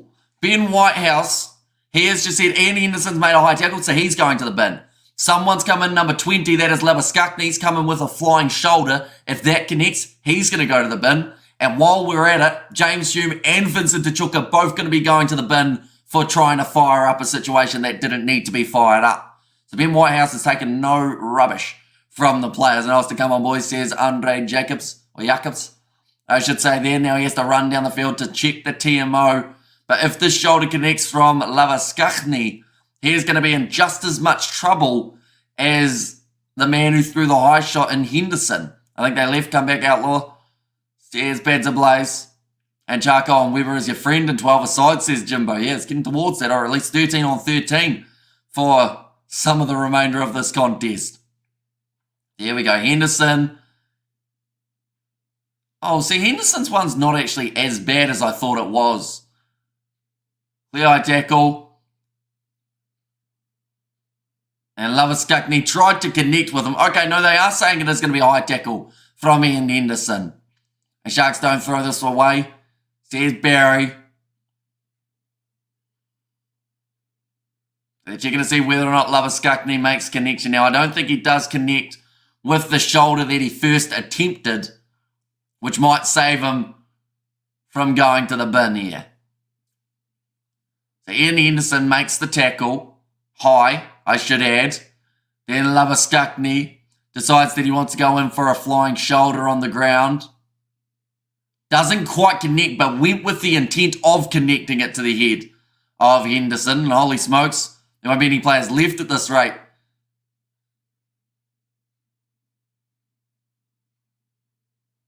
Okay, so it's going to be 14 on 13 for the next 16 or so minutes, or at least the next 10 minutes. Outlaw, I missed all the cards. They'll be livid, says Joseph. And 13 and 7. They won't be happy about it, but they are both going to the bin now for the next 10 minutes.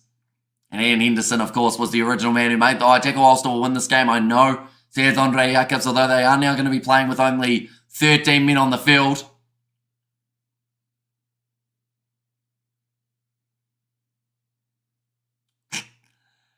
James Hume and Vincent Tachuka, they shook hands. They went over to each other and went like that. And then the referee was like, you guys have made it worse. Here's a yellow card for both of you. And they both sat there like, the 3 men and the symbol, I don't like cards, dude, says Outlaw. But they are disappointed, and that could be crucial. And who has 13? So 13 on the field for Ulster and 14 on the field for the Sharks. There's still another 15 minutes remaining in this contest. It is running extremely long, ladies and gentlemen. Stormers versus... This is going to be a 2 hour and 5 minute game. 2 hours, 5 minutes for a contest. That is insane. Now, nicely taken by Gerbran Rubela. Oh, Bongi Manambi. Ball available at the back, trying to get this rolling ball marching forward in an effective manner. Through the middle, he's over the line. Bongi and the Sharks have got themselves their third. They are one away from getting one more. And rubbish yellow cards for shirt grabbing soft, says Justin. And I was really, that's crazy, says Peter Mason. And there's over Bongi scores the try, his 14th of his career. And up against a 13-man side, it's always going to have a few gaps there. One back, one forward. And there's no cards in cricket, says Outlaw. Well, it kind of, like, you can get in a bit of trouble. Like, we've seen players before being taken off the field for cricket if, like, something goes down. Like, we saw it actually in I think it was the BBL, wasn't it, ages ago? They had a bit of a scuffle. 14 minutes remaining. But there are fines, says Miminia. That is true. If you take too long to do something in cricket, you get yourself a fine for your team. In this game, this one has already been going for an hour and 50 minutes, and we have only had 66 minutes of rugby. So that means we've had 54 minutes of stoppages, and about 12 minutes of that is half time. So around 40 minutes of stoppages to do with TMOs, as well as player injuries throughout this contest. A kick has missed, so it does make the score 22 points to 12. Ethan Hooker looks good this season. Yeah, he's been very strong for the Sharks in that midfield. Just gets that ball over the line for Bongi Umbanambi. Now it's going to be kicked off high again. No one really taking that one cleanly, so the ball does just fall safely to the ground. And I thought the powers were going to sort these delays. 2 hours, says Stefan, and yeah, 2 hours and counting for this contest. And that's what I'm saying. Give fines for rugby players. The deciding board will deal with the aftermath. Silly for ref to preempt it. Now it's going to be Ulster, who have got themselves the scrum feed. I can actually hear cheering by the stadium here for the first time in months. Says, cool story, bro. Yeah, still 13 minutes remaining on the clock here between these two sides. There are still a few more subs that need to be made, so that will use up more time on the clock.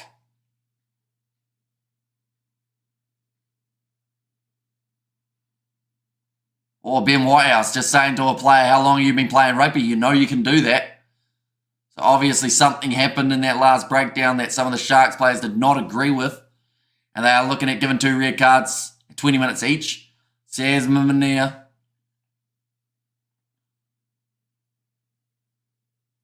"12 minutes remaining. Stormers, of course, just around the corner from starting in their game up against Edinburgh. They can't really delay that start either because there's another game between the Lions and Connacht that is happening straight afterwards. Now puts the ball in there. John Cooney, big push from the Sharks, but breaking off the back, it is available for McCann. Taken down by Masuku. Now Cooney, short ball running for Matthew Rea. Even with a 2-man. Oh, another knock on. I was about to say, even with 2 men off the field, they still need to try and find a way back into this contest, Ulster, but they have then knocked the ball on once more. 11 minutes remaining. Rasuku goes across to Makazolima Pimpi. Goes for the grubber in behind again. Michael Lowry tries to chase. Beautifully picked up there. And Edison, in fact, it's going to be McElroy. Ball on the outside to McCloskey. Keeps it in the field of play, but it's travelled forward. And it's going to be the scrum now again for the Sharks.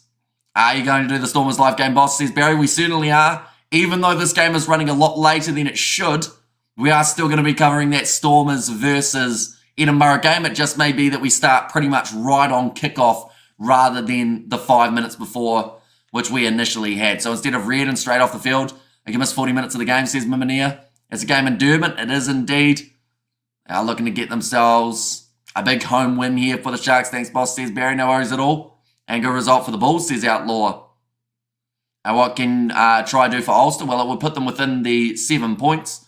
So it would give them at least 1 point in this contest. Now the Sharks, they need one more try to be able to get themselves the bonus point for winning and getting the full 5 available. Kieran van Veerden, now on the field for Bongi Manumbi.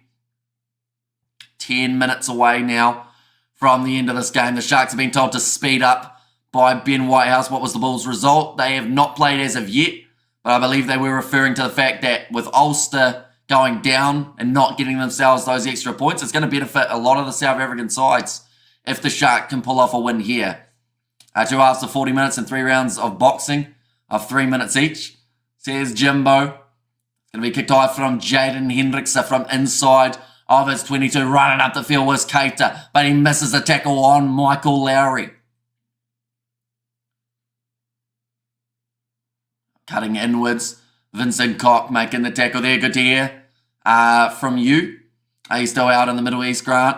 And good, Ulster is losing, says Outlaw. It's going to be kicked behind by the Sharks. Ulster losing a lot of territory here. Now kicking it downfield.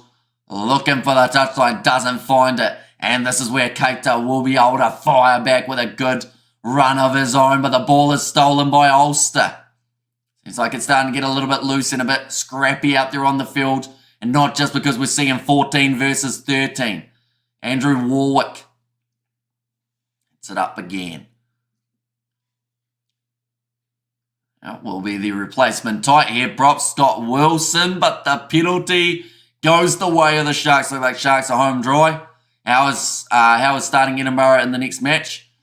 Says Connor. Well, we will go through the starting lineups, of course, at the start of that game when it does take place, which is only 9 minutes away.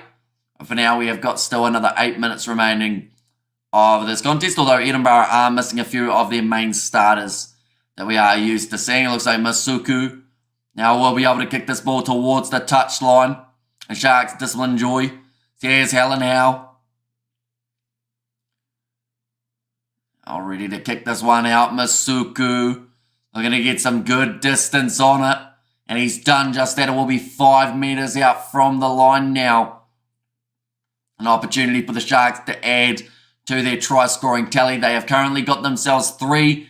They need a total of 4 to be able to get themselves that bonus point, which would push them right up into 13th, possibly at the end of the round. Good, bro. It is getting real expensive out here, says Kawasi. Throwing that ball in. Not straight from Kieran van Vieren. That hurts them because that was the chance. And now they have to have another scrum for Ulster.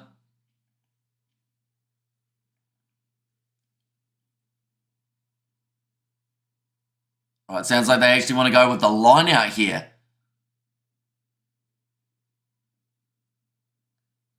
Yep, sounds like that is going to be the plan. They feel like their scrum hasn't quite been firing the way that it needs to, Ulster. So they will opt to go for the line out, 5 meters out from the line instead, although we have already seen a couple steals coming for Eben Etzebeth. Gurbaran Grubler, normally pretty decent at jumping up and getting a turnover when needed. Nice to see Sharks getting their second win from 12. Says, yeah, from Brian. A nicely claimed ball stolen by the Sharks. I think that is close to a try, although he didn't look happy about it, Raul. He has knocked it on over the try line. That was the chance that they needed. They weren't able to take a wild side of Life Nice Sharks. Says Outlaw, so it is now going to be the goal line dropout for Ulster. Corne Raul, what kind of impact could that have in the final result of this game? 6 minutes remaining on the clock here in this contest. It's now kicked about 45 metres out. Here comes Masuku again. He's had a solid game at 10 for the Sharks. Hendrickse going across to Vincent Koch, now looping around. Lucanio arm puts the grubber in behind. Nicely taken by Michael Lowry. But it will now be the quick line out option for Makazole Mapimpi. At least he wanted to, because it did touch the hands of the winger. They aren't able to do, Sean. We have got there. Come on, Sharks. Are you doing the rest of us a massive favour? Says Grant.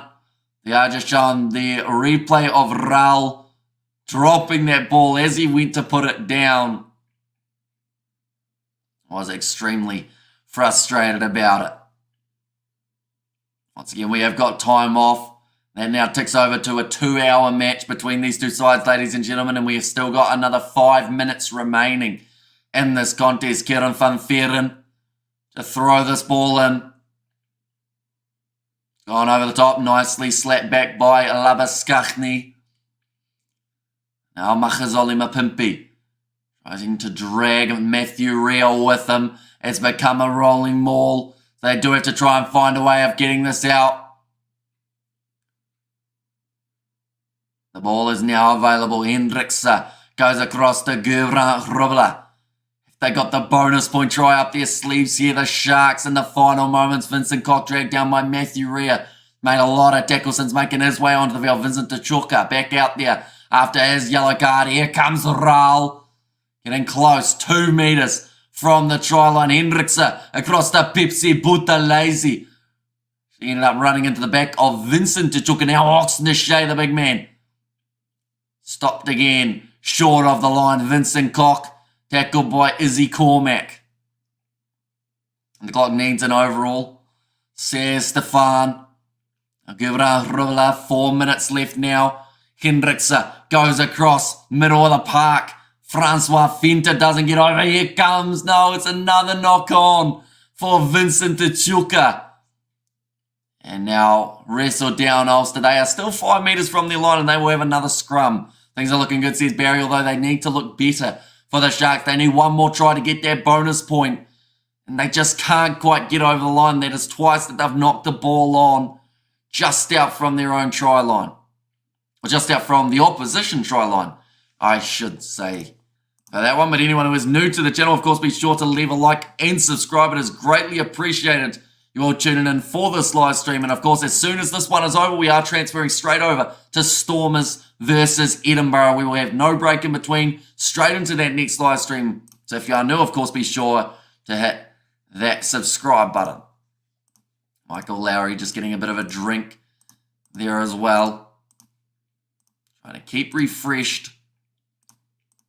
Currently down by 10 here, Ulster. A losing bonus point. I think they'll be more than happy with that, the way that this game has been going. They haven't really found their momentum throughout the second half of rugby. Just surviving only a few metres out from their try line currently. It's going to be tough to get out of there. And your Sharks, odds man Butterfingers, says Stefan and Sonic Dreams for the Sharks. And Average Brother, thank you for an awesome live stream, True Legend. Says Birdie V. The ball is available again now at the back for Ulster. Go to the short side. Nice step there for the replacement 22, whose name I don't even want to try and pronounce. Postlethwaite, I think it is. Now it's knocked on by Ulster. Chance again for the Sharks to get themselves that bonus point that they've been desiring. Another knock on by Upper Lelefussi. The boys just don't seem to want it. Well done, the Sharks, tough for an Irish in South Africa this season. Says a Jimbo. 2.5 minutes remaining now. Ulster, I don't even know if they'll look to try and finish with a losing bonus point in this game. If it means they may concede an extra try to the Sharks, they may just say that the day is done. I'd like to think that they'll go for one more, though, if the opportunity did arise. You're one of the best. Keep at it. I'll keep it going, bro, says Barry. Thank you very much, mate. And yes, great show as always, says Outlaw. And there as well. But yeah, the kickoff of the Stormers game is just around the corner, ladies and gentlemen. This game has run for a total of 2 hours and 3 minutes so far. It's been a long one.